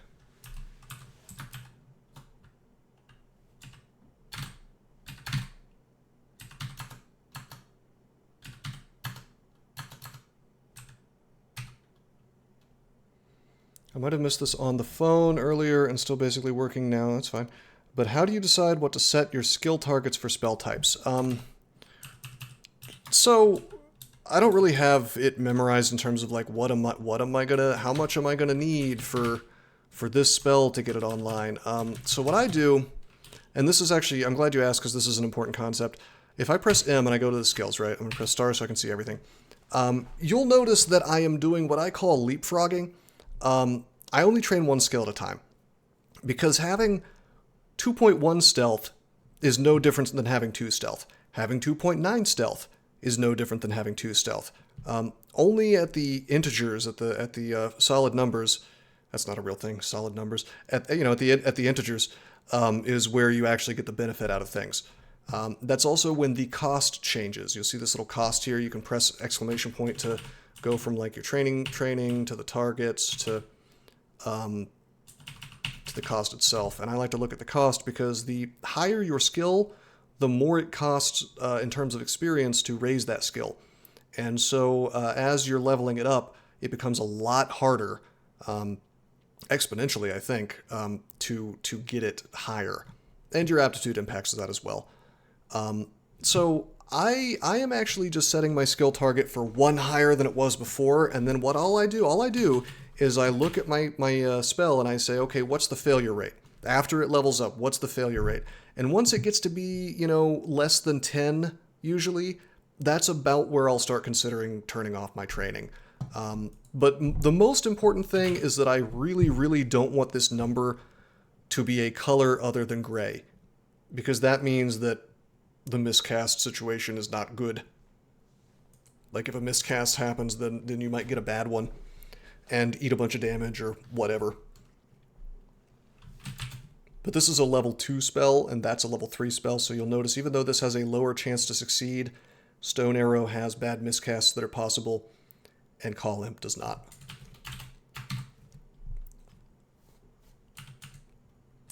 I think. Unless they've changed something. Yeah, no problem.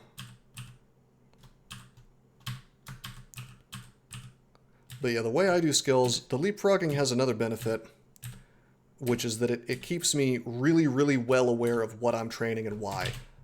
So that because something I noticed that used to happen a long time ago when I played this game was before I started doing that, I would sometimes, if I set no target or I set a target way further off, I would not be paying attention to my training, and then, I would train way more of something than I otherwise wanted to. So I kind of like it this way. We just got to level 6. 14% fail rate now. Like I said, I want to get that below 10 ideally. And getting a little more spell power is nice. Maybe we can get that guy's spear to be stronger. But yeah, summons, if I could tell you one thing about casters, summons are powerful. If HP is the most important stat in the game, basically, why not skill fighting all the time? Well, it is a balancing act. Fighting is really important, it's true. You'll notice that one of the first things, probably the first thing I trained was a couple levels of fighting. However, having fighting isn't going to help me cast my spells, right? And having spell power, which is one of the things you get from training your spell schools, is going to increase the value that you're getting out of your spells. So, for example, what would you rather have? Sandblast doing 2d8 damage or Sandblast doing 2d11 damage? And is that more important to you than a few points of HP?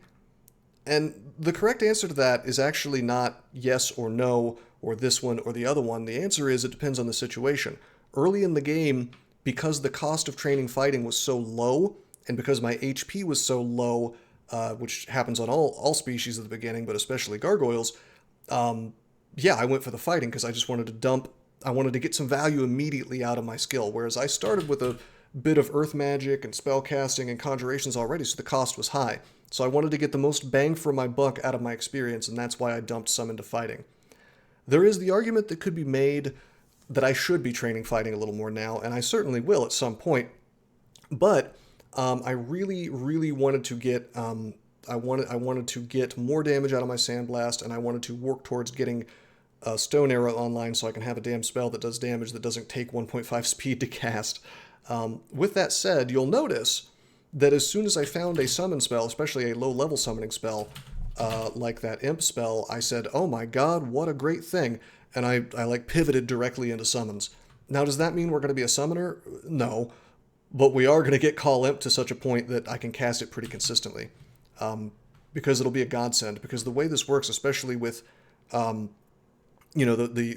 no random energy and the attacks of opportunity, the fact is that having a little imp buddy that I could swap places with, if I need to, suddenly I can reset fights again like I should be able to, which is really, it's just really important. It's really good. The fuck is that? Sleep cap? Yeah, no problem. I don't know this enemy. This is new. A surprisingly ambulatory mushroom. It wafts its spores over prey to send them into a deep sleep, making it simple for the fungus to kill and devour them. That doesn't sound good. It can take months for its mycelia to fully infiltrate and digest victims. They're a problem in melee when you're not immune to their sleep. Oh, well, let me take a look. Don't spoil me, bro. No, I'm just kidding. It can release spores for up to 9 damage to induce sleep if any damage is dealt. Yeah, if you are put to sleep in this game, unless they've changed something, you get double damage when you get woken up. So they can actually do 18. So I think the meme here is they hit you for 9, they put you to sleep, then they hit you for 18. So 9, 18, 27 damage possible minus whatever GDR we have. But we have a blink scroll, and once they've woken me up, I would like to hope that they can't just put you to sleep forever. Is there a... I know with paralysis you're immune. You forget if gargoyles are immune to sleep. I don't think so. It doesn't say in Shift A, which is our innate abilities, but...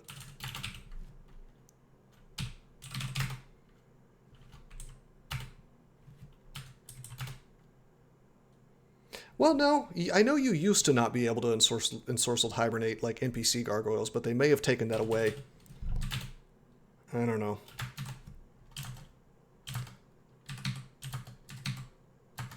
But you know what we can do? We can just fight over top of our buddy here. I'm pressing V, enter. You could not reach high enough. V, enter.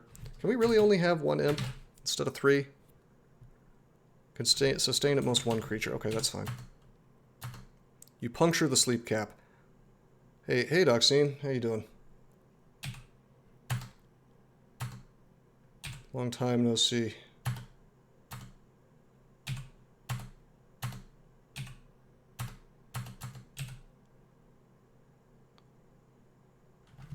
That's true, yeah, you can tab like this. I'm just pressing V because I'm tedious. I just love tedium so much, but yeah, you can tab him. Oh no, he put my imp to sleep. That's okay, we got him. I couldn't, the problem with attacking over top of an ally like this is that you will miss sometimes and it'll say you could not reach far enough. But you know what, my imp took care of the problem. What a Chad.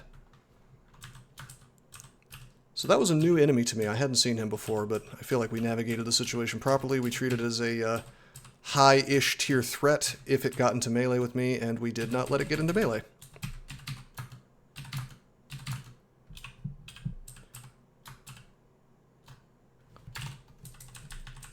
Okay, so we got Sigmund on this floor still. We got Grinder above.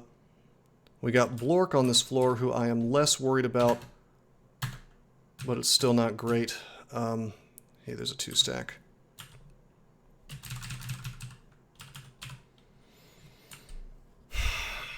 I would really like to take down Blork.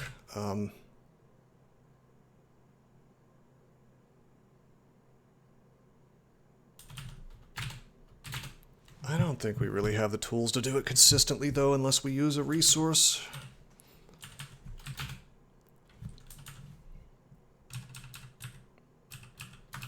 We're just going to scavenge for more experience, basically.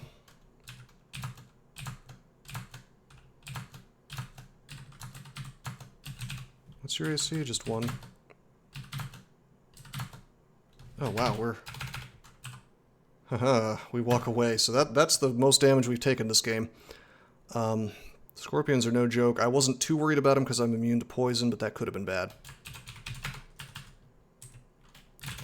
Okay, we're above, we're below 10% on the summons. I think I'm going to keep training this, though, because getting a little more spell power on this thing is okay, and honestly, the more consistent I can make it is better. I may actually get it below 5%. And the other thing is I would really like to put on my ring mail at some point, and that's going to reduce my spell success rate as well. I'm going to use some of these 2-stacks, because I'm getting... Oh god, loud clanging noise. There we go, there's magic mapping. Hello!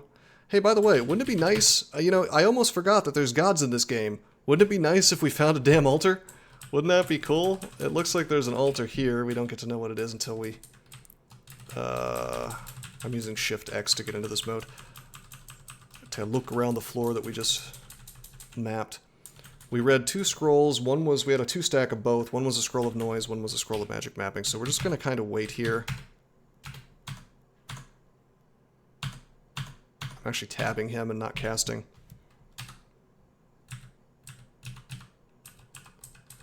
So, by the way, this is a great example of, like, these last 2 floors, we just said, oh god, no Grinder, oh god, no Sigmund, and just kind of skipped them. That is often the best decision that you can make. Not always, because sometimes you're going to put yourself into a worse situation, and sometimes it is ideal to go ahead and use that resource to make the floor safe. But I feel like we're making the right choices. Oh no. Oh, this is like the worst.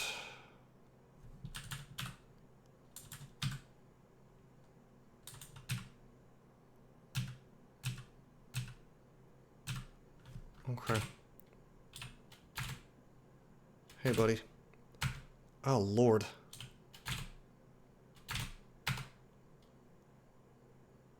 I'm trying to get him to come next to me by stair dancing, but he doesn't want to do that, does he?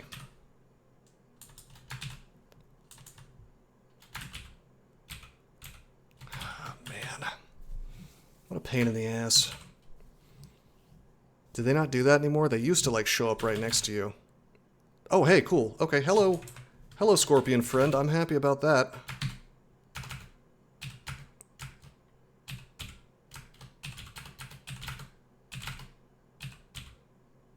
We're attacking with the spear.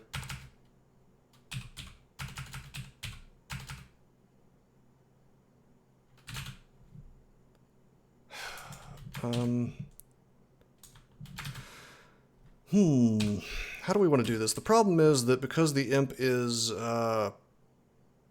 attacks from 2 tiles away, he won't actually go up next to him to the centaur like we want. So I'm tempted to trade positions. We have a heal wounds potion, so I'm gonna do it. Okay, this is good. Now we're gonna I think we're gonna sandblast. The centaur will not use his bow when you're in melee.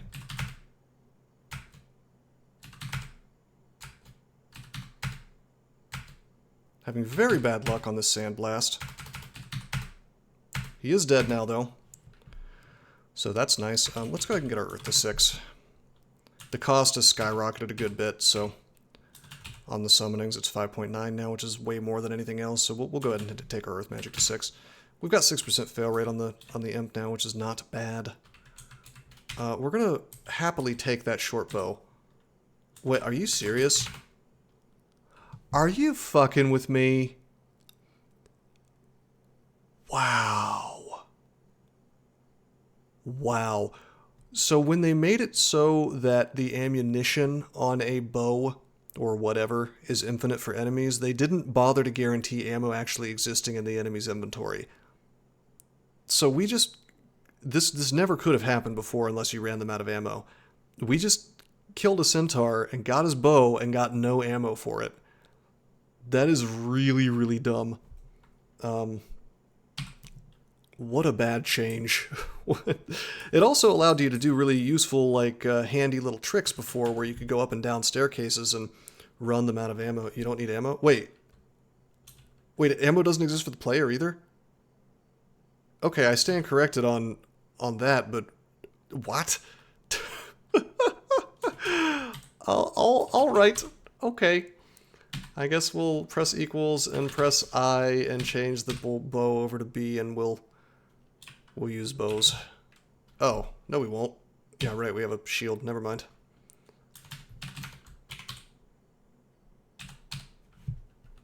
JK. We're not going to be hot swapping off the shield. There's really no ammo for... Wait, so... Wow. That really... Unless they really nerfed ranged, then that really makes the hunter class incredibly powerful now. Just like start with a hand crossbow and you can just spam bolts right off the... Did they nerf hand crossbows? Because if they didn't, then...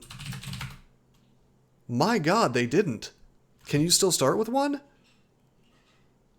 That is outrageous. You know, you start with one as a hunter. What do you start with?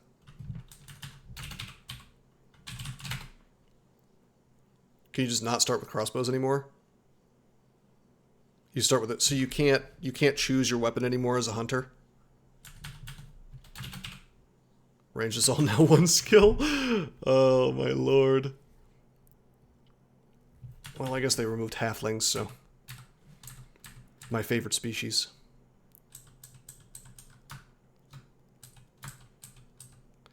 But yeah, that's how to deal with a centaur.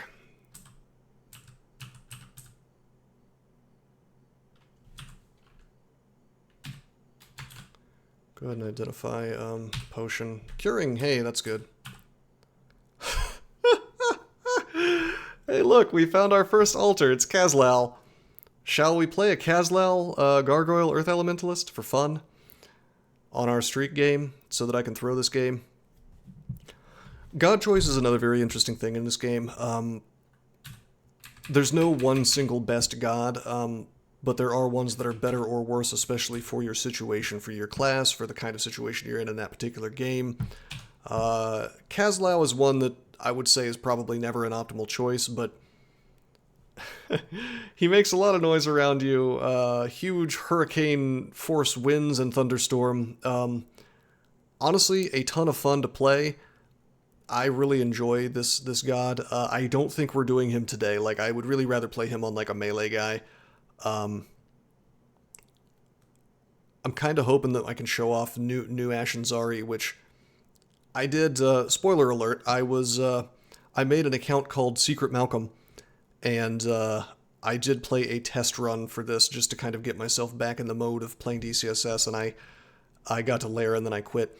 But I found new Ashen Zari while I was doing it and kind of fooled around with it, and the jury's still out. Like, there are aspects of it that I really, really don't like. But I have to say it is interesting now that the way new Ashen Zari works is you can actually kind of apply an enchantment to an artifact, if that makes sense. It's also kind of where you can like stack the skills in ways you couldn't before, and if we happen to find Ashen Zari and it's advantageous, we'll probably go for her. But Mazanaka, that is definitely true. 15 runes, you'll at least want to swap to a decent god, probably for the sake of 15 runes. I don't think Ash immediately makes you immune to traps anymore, which is unfortunate. Anyway, if you like anything else in DCSS, if you start the game and say, wow, I'm going to worship Vehumet, or I'm going to go for Sif Muna, that's a mistake. It would be really cool if you could happen to get the god that you want every time, but as you have seen in this early game and how carefully I'm playing, if you want to play for win rate, you're going to have a bad time if you try to marry yourself to, this strategy or that strategy. Like, I'd really like to go for Ashen Zari or Gozag, but would I take Vehumet if I found him? Probably. Maybe. I don't know. I kind of hate Vehumet, but is Temple not a thing? It's a thing, but here, I'll show you. The hotkey is Control-O. It's called the Dungeon Overview. As you can see, the temple can spawn anywhere from D4 to D7, so we have gotten mildly unlucky because there's no temple here and there's no temple in the previous floor, and we may have to wait all the way for Dungeon 7 to Heavy Scimitar. Heavy. It deals dramatically more damage, but attacks with it are much slower. What a shitty brand. Why don't you just call it, I'm not going to use this brand. Use a rebrand scroll on me, the brand. That's a new brand, I guess. Attacking slowly, not a thing you want to do in DCSS. Trust me on that.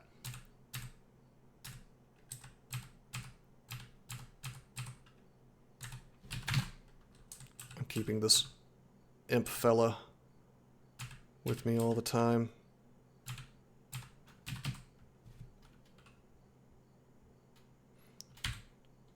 It's passable on demon. Oh, it adds base damage. Okay. I could see it on a weapon that, I could see it on a quick blade. That could be fun. Does it add, is it flat? Is it flat base damage? Or is it a percentage? Here, Barks, you hear shout.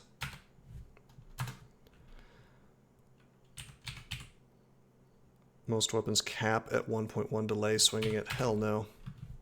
80% of the weapons base. Okay, so it wouldn't be that great on a quick blade because the base damage is so low.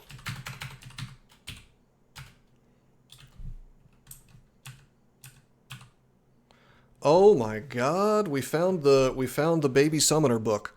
So maybe we are just a summoner now. We could memorize some of this stuff if we wanted to.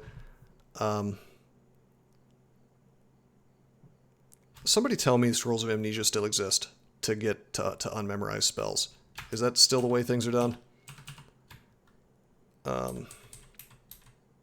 They do, okay.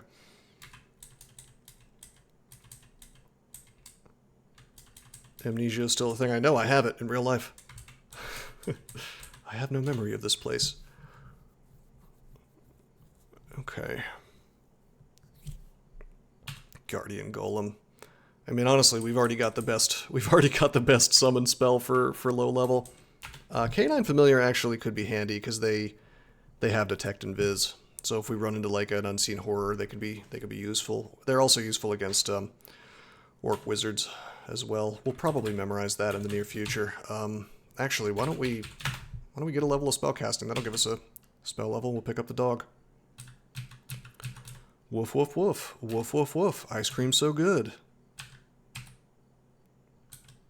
I hope Doesn't He is still here so I can torture him by saying these things.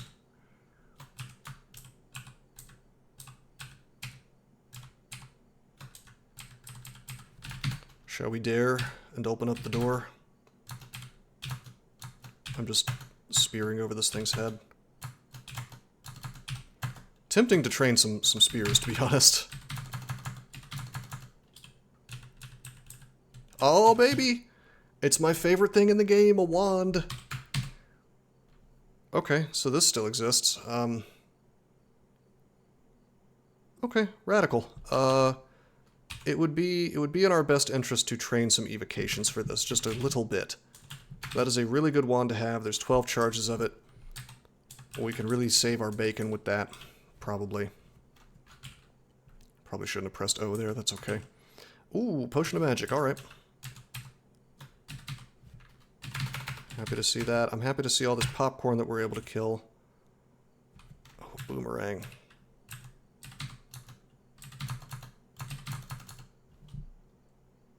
Okay, that's our training target was reached for spellcasting. So you notice we started as an Earth Elementalist. We're still probably going to use a lot of Earth magic. You know, we're still killing things with Sandblast, but I am supplementing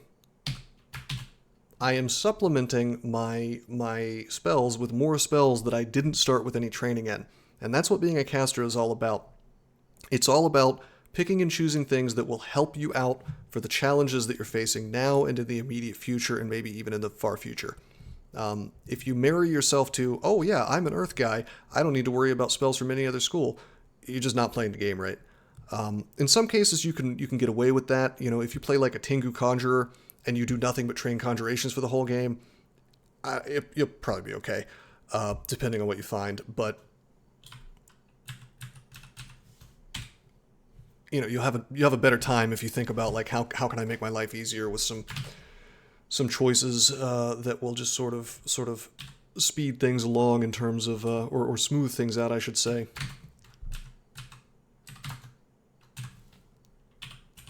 In terms of what the game has to throw at you. Hello, Mr. Jelly, you still exist. Good old acid damage.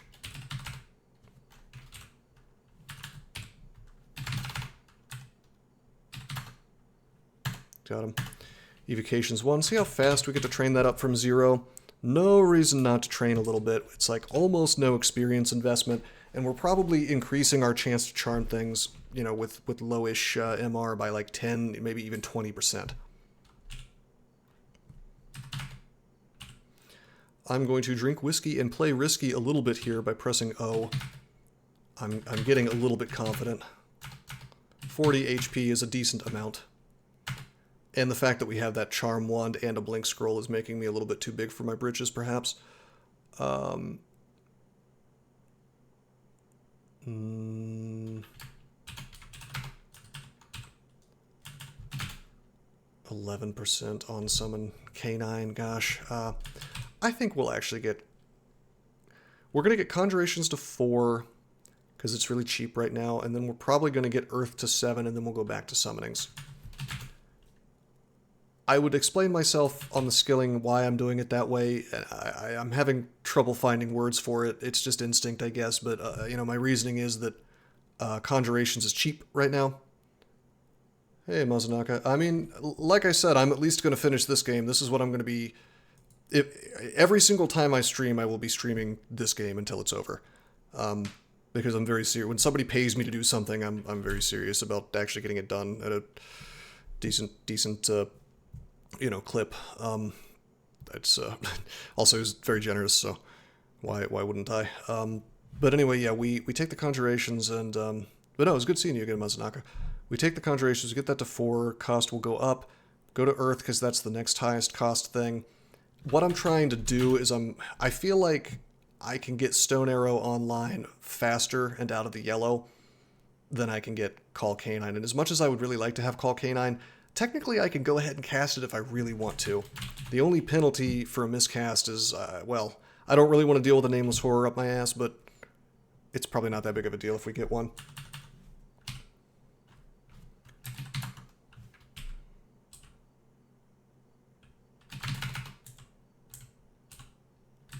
Saw an orc there.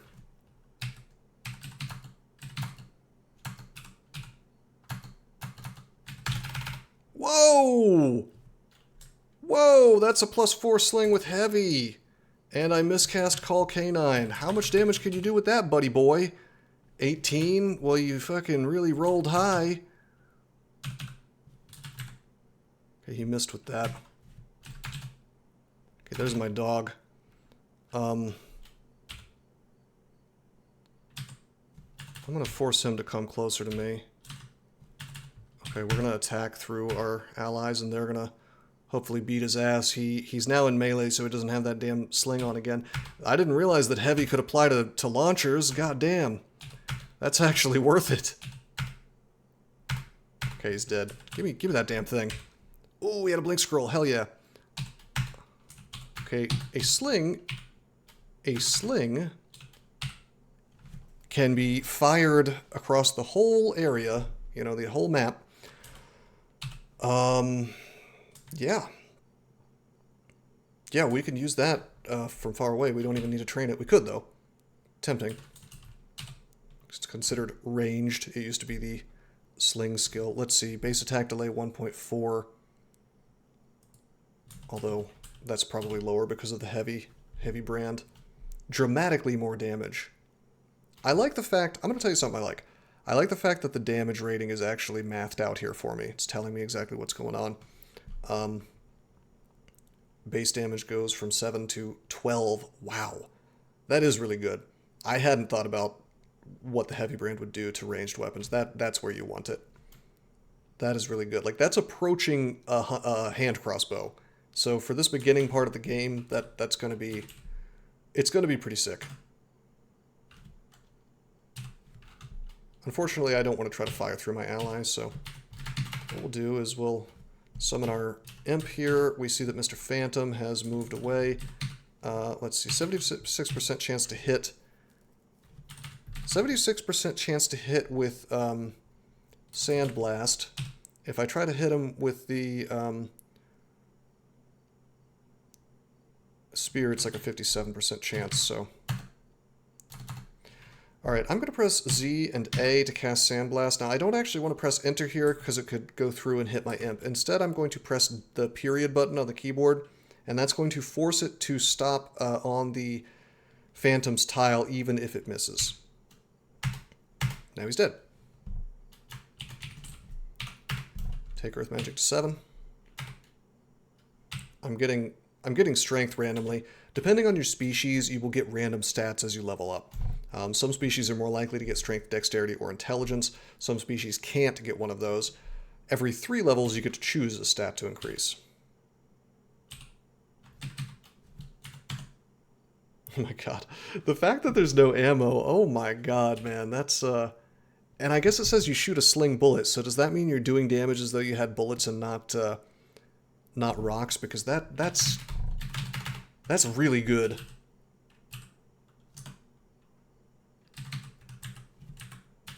We want to watch out for Mr. Bear. He can berserk.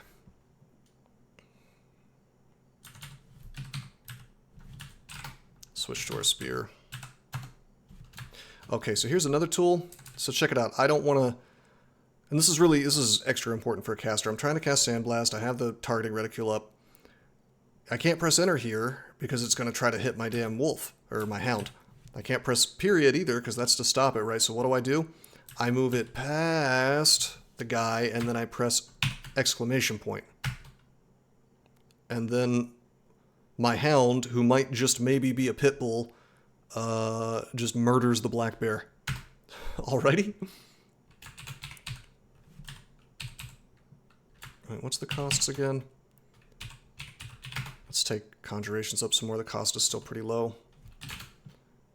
We got stone arrow down to 6%, so that's nice. In fact, let me just use it real quick. Hey, there's an ogre. You want to be really careful with ogres in the early game. We're far enough along that he won't just one-shot us, but he can almost one-shot us with that 42 damage. I should have summoned first.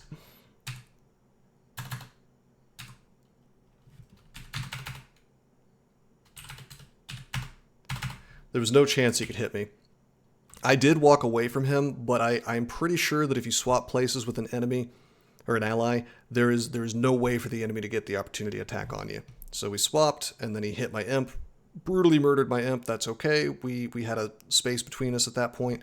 I let the hound get between me and him, and then we just like poked him with the spear while our hound finished the job. Summons are really good, guys. Really, really, really, really good.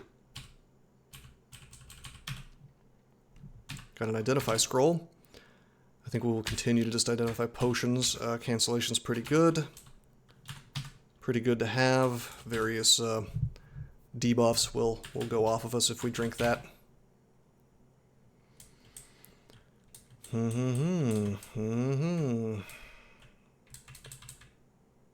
Not taking the Castle Altar. Oh, man.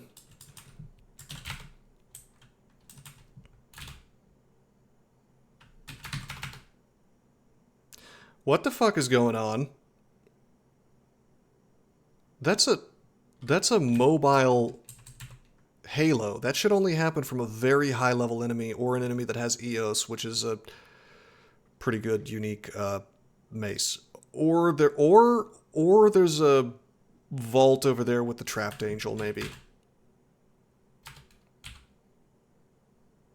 Or something that I don't know about.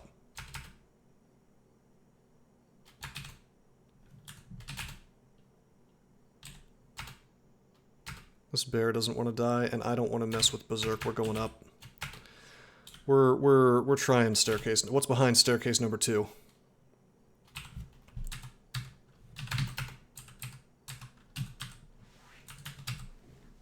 I am pretty curious what's going on down here, but... Oh, hello. Mr. Bullfrog. We swapped backwards between our guys. If you move into an ally, typically you can just kind of swap places with them. It's great. Alright, let's get back to summons. We could train conjurations a little more at a decent cost, but I think I'm pretty happy with Stone Arrow being below 5% fail rate. If we level up summons enough, we can get a stronger breed of dog. I think you can get wargs, if I remember correctly.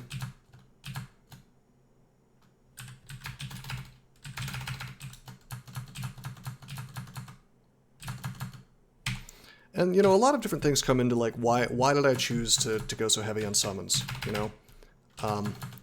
Like, I have this spear, which we haven't trained much, but it really is an argument in favor of, you know, I could just sit back here and attack these dudes while... Uh-oh. Oh, come on, man. Okay, that'll go on as dead.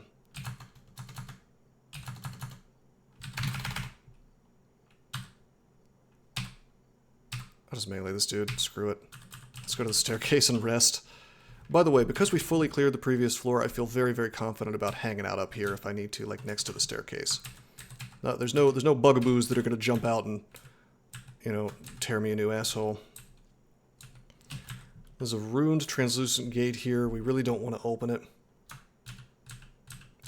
I mean, look, summons are really strong regardless of anything, but the spear is just like, it's a good sign that I can go a little heavier on it and not feel bad about it. But I mean, I would have gone for the call imp on just about any character, just because opportunity attacks are so obnoxious and summons are just so good for distracting enemies and, you know, just like getting yourself a little bit of extra help, you know?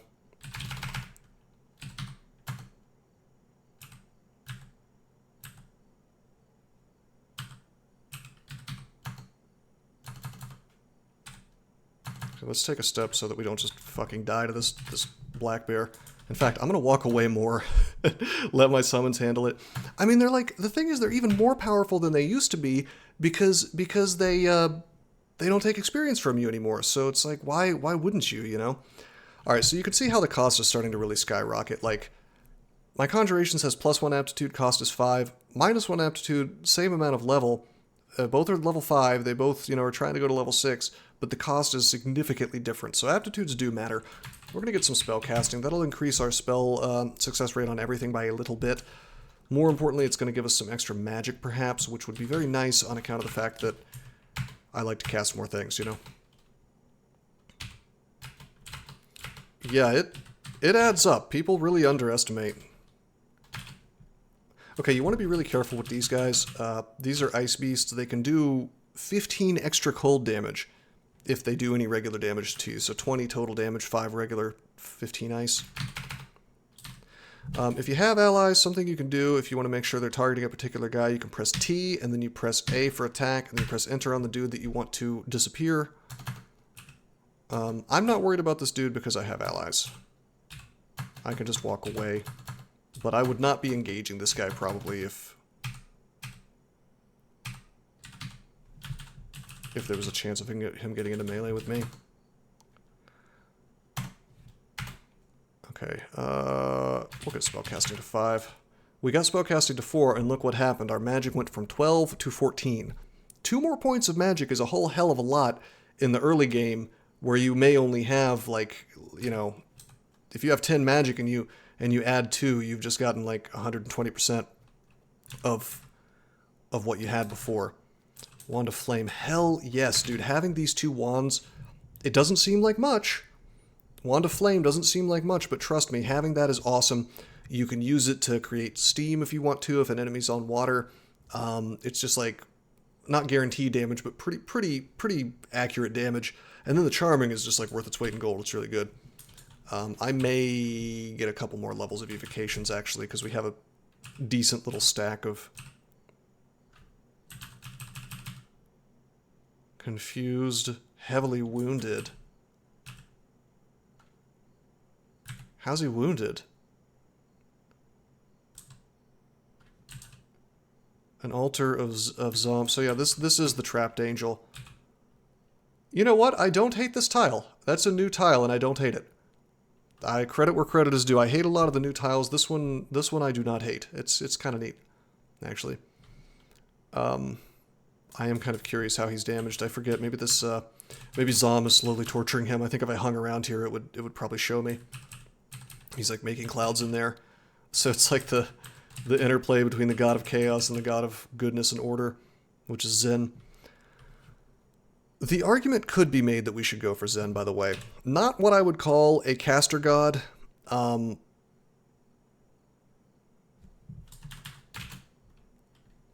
If I do !/G, we can take a look and see if they've ruined Zen in any kind of way. He's just really powerful. Every time you gain gold, you have to give a little bit to him.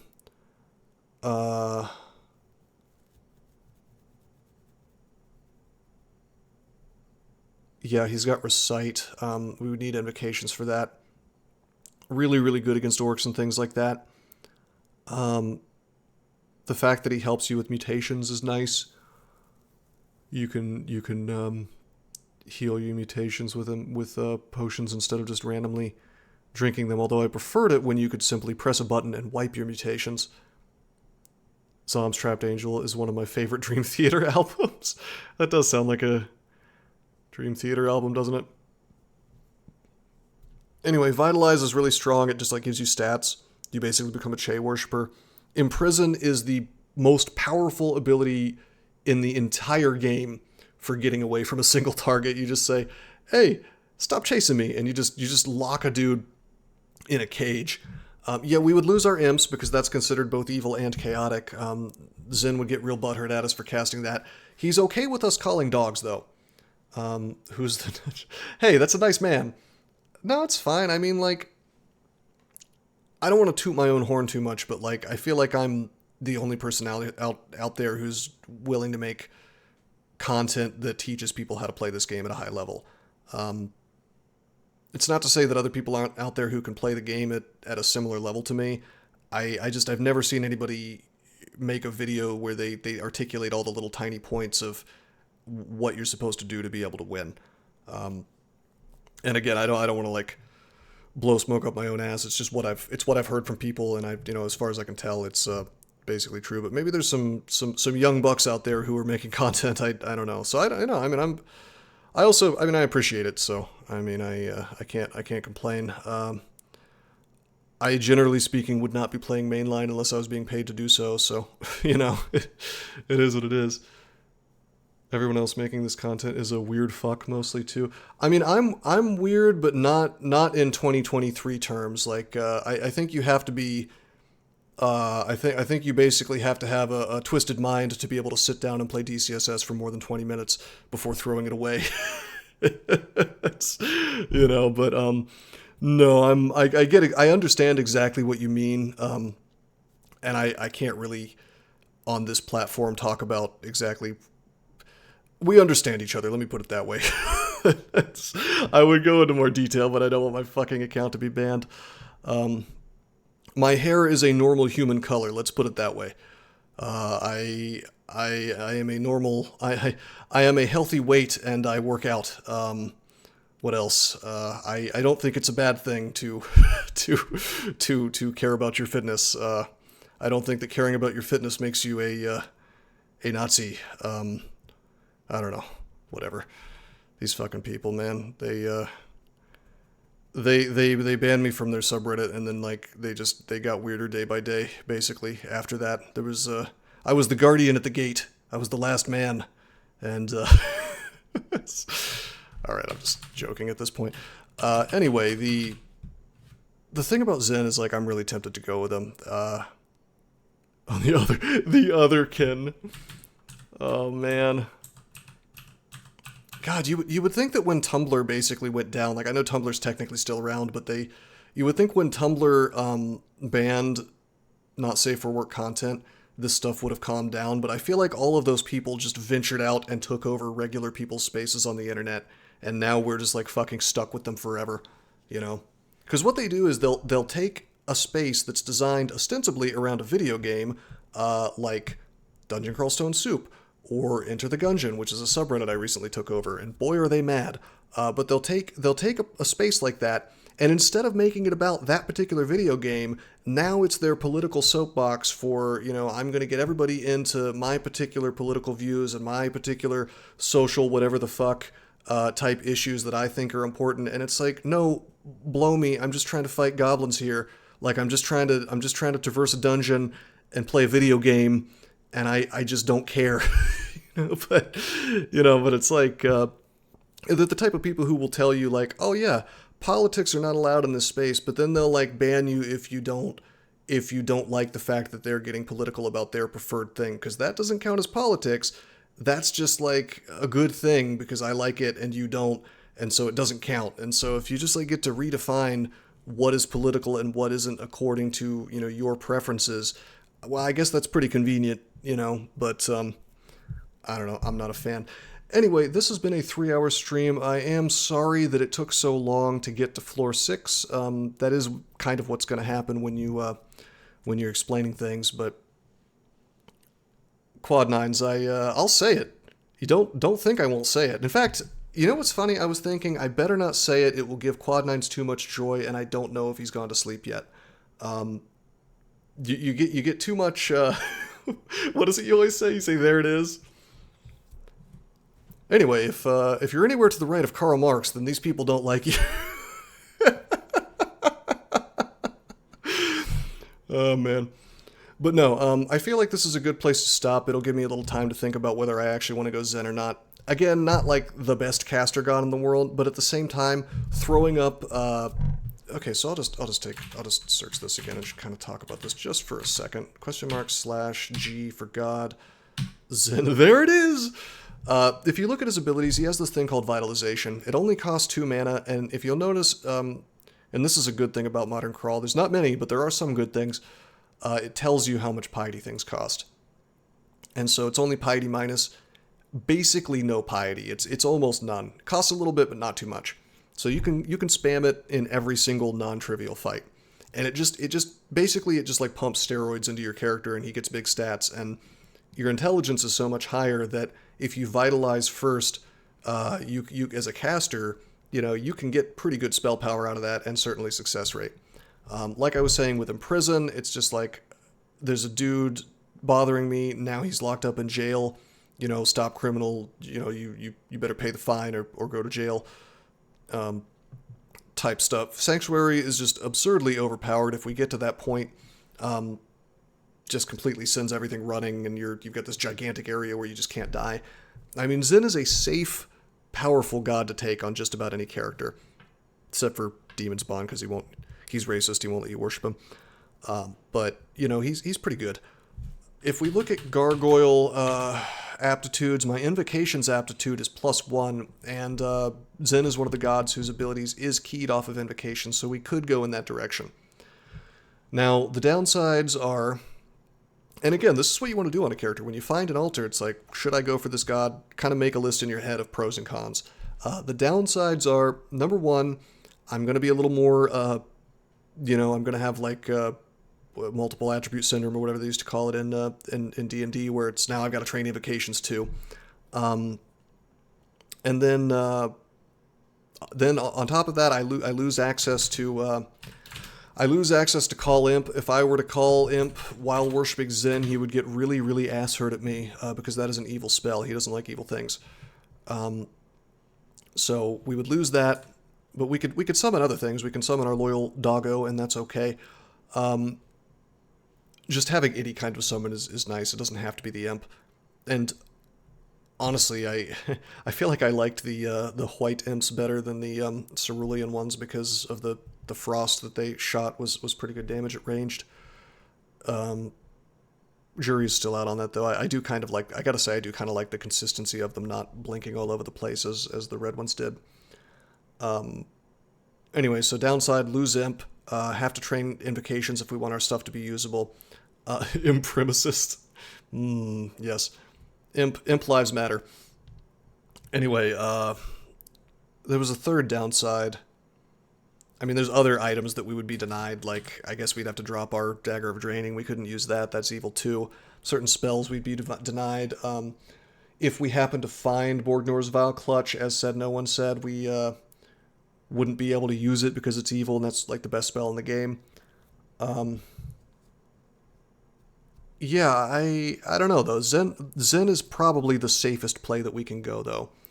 We miss out on other gods that I might want more, but who knows if we'll find them anytime soon, We'll get to the temple on next floor at the latest, but technically the temple doesn't have to have all the gods in it. Like, they could live as what's called overflow altars, and you don't get all those until, like, floor 9 or maybe even 11.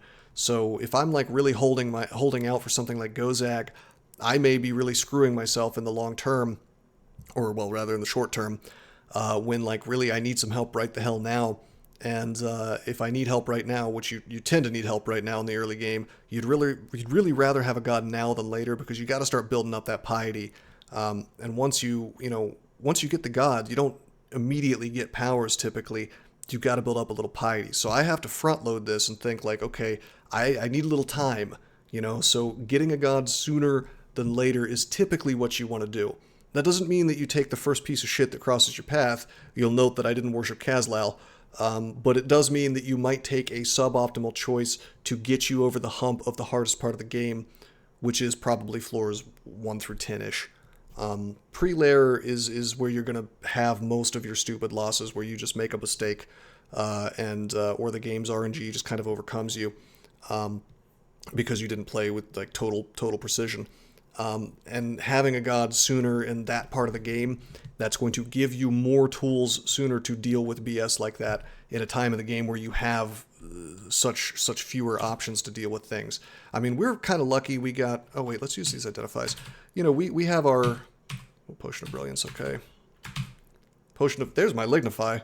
If we had known we had that, we probably could have used that to kill Grinder. Anyway, you know, we're kind of lucky at this point. We have a goodly number of resources. I wouldn't say it's like more than usual, but let me put it this way: we're not unlucky. You know, this is I've had games where you get a quarter of this amount of resources, and it's very sad. If you go through and look at my world record streak video series, you'll find some games that were kind of like pulling teeth in the early game. My Octopode Fire Elementalist was probably my favorite game of all time, because I just remember I just kept running into more and more man-made horrors beyond my comprehension. And it was like floor 5 and I was already sweating.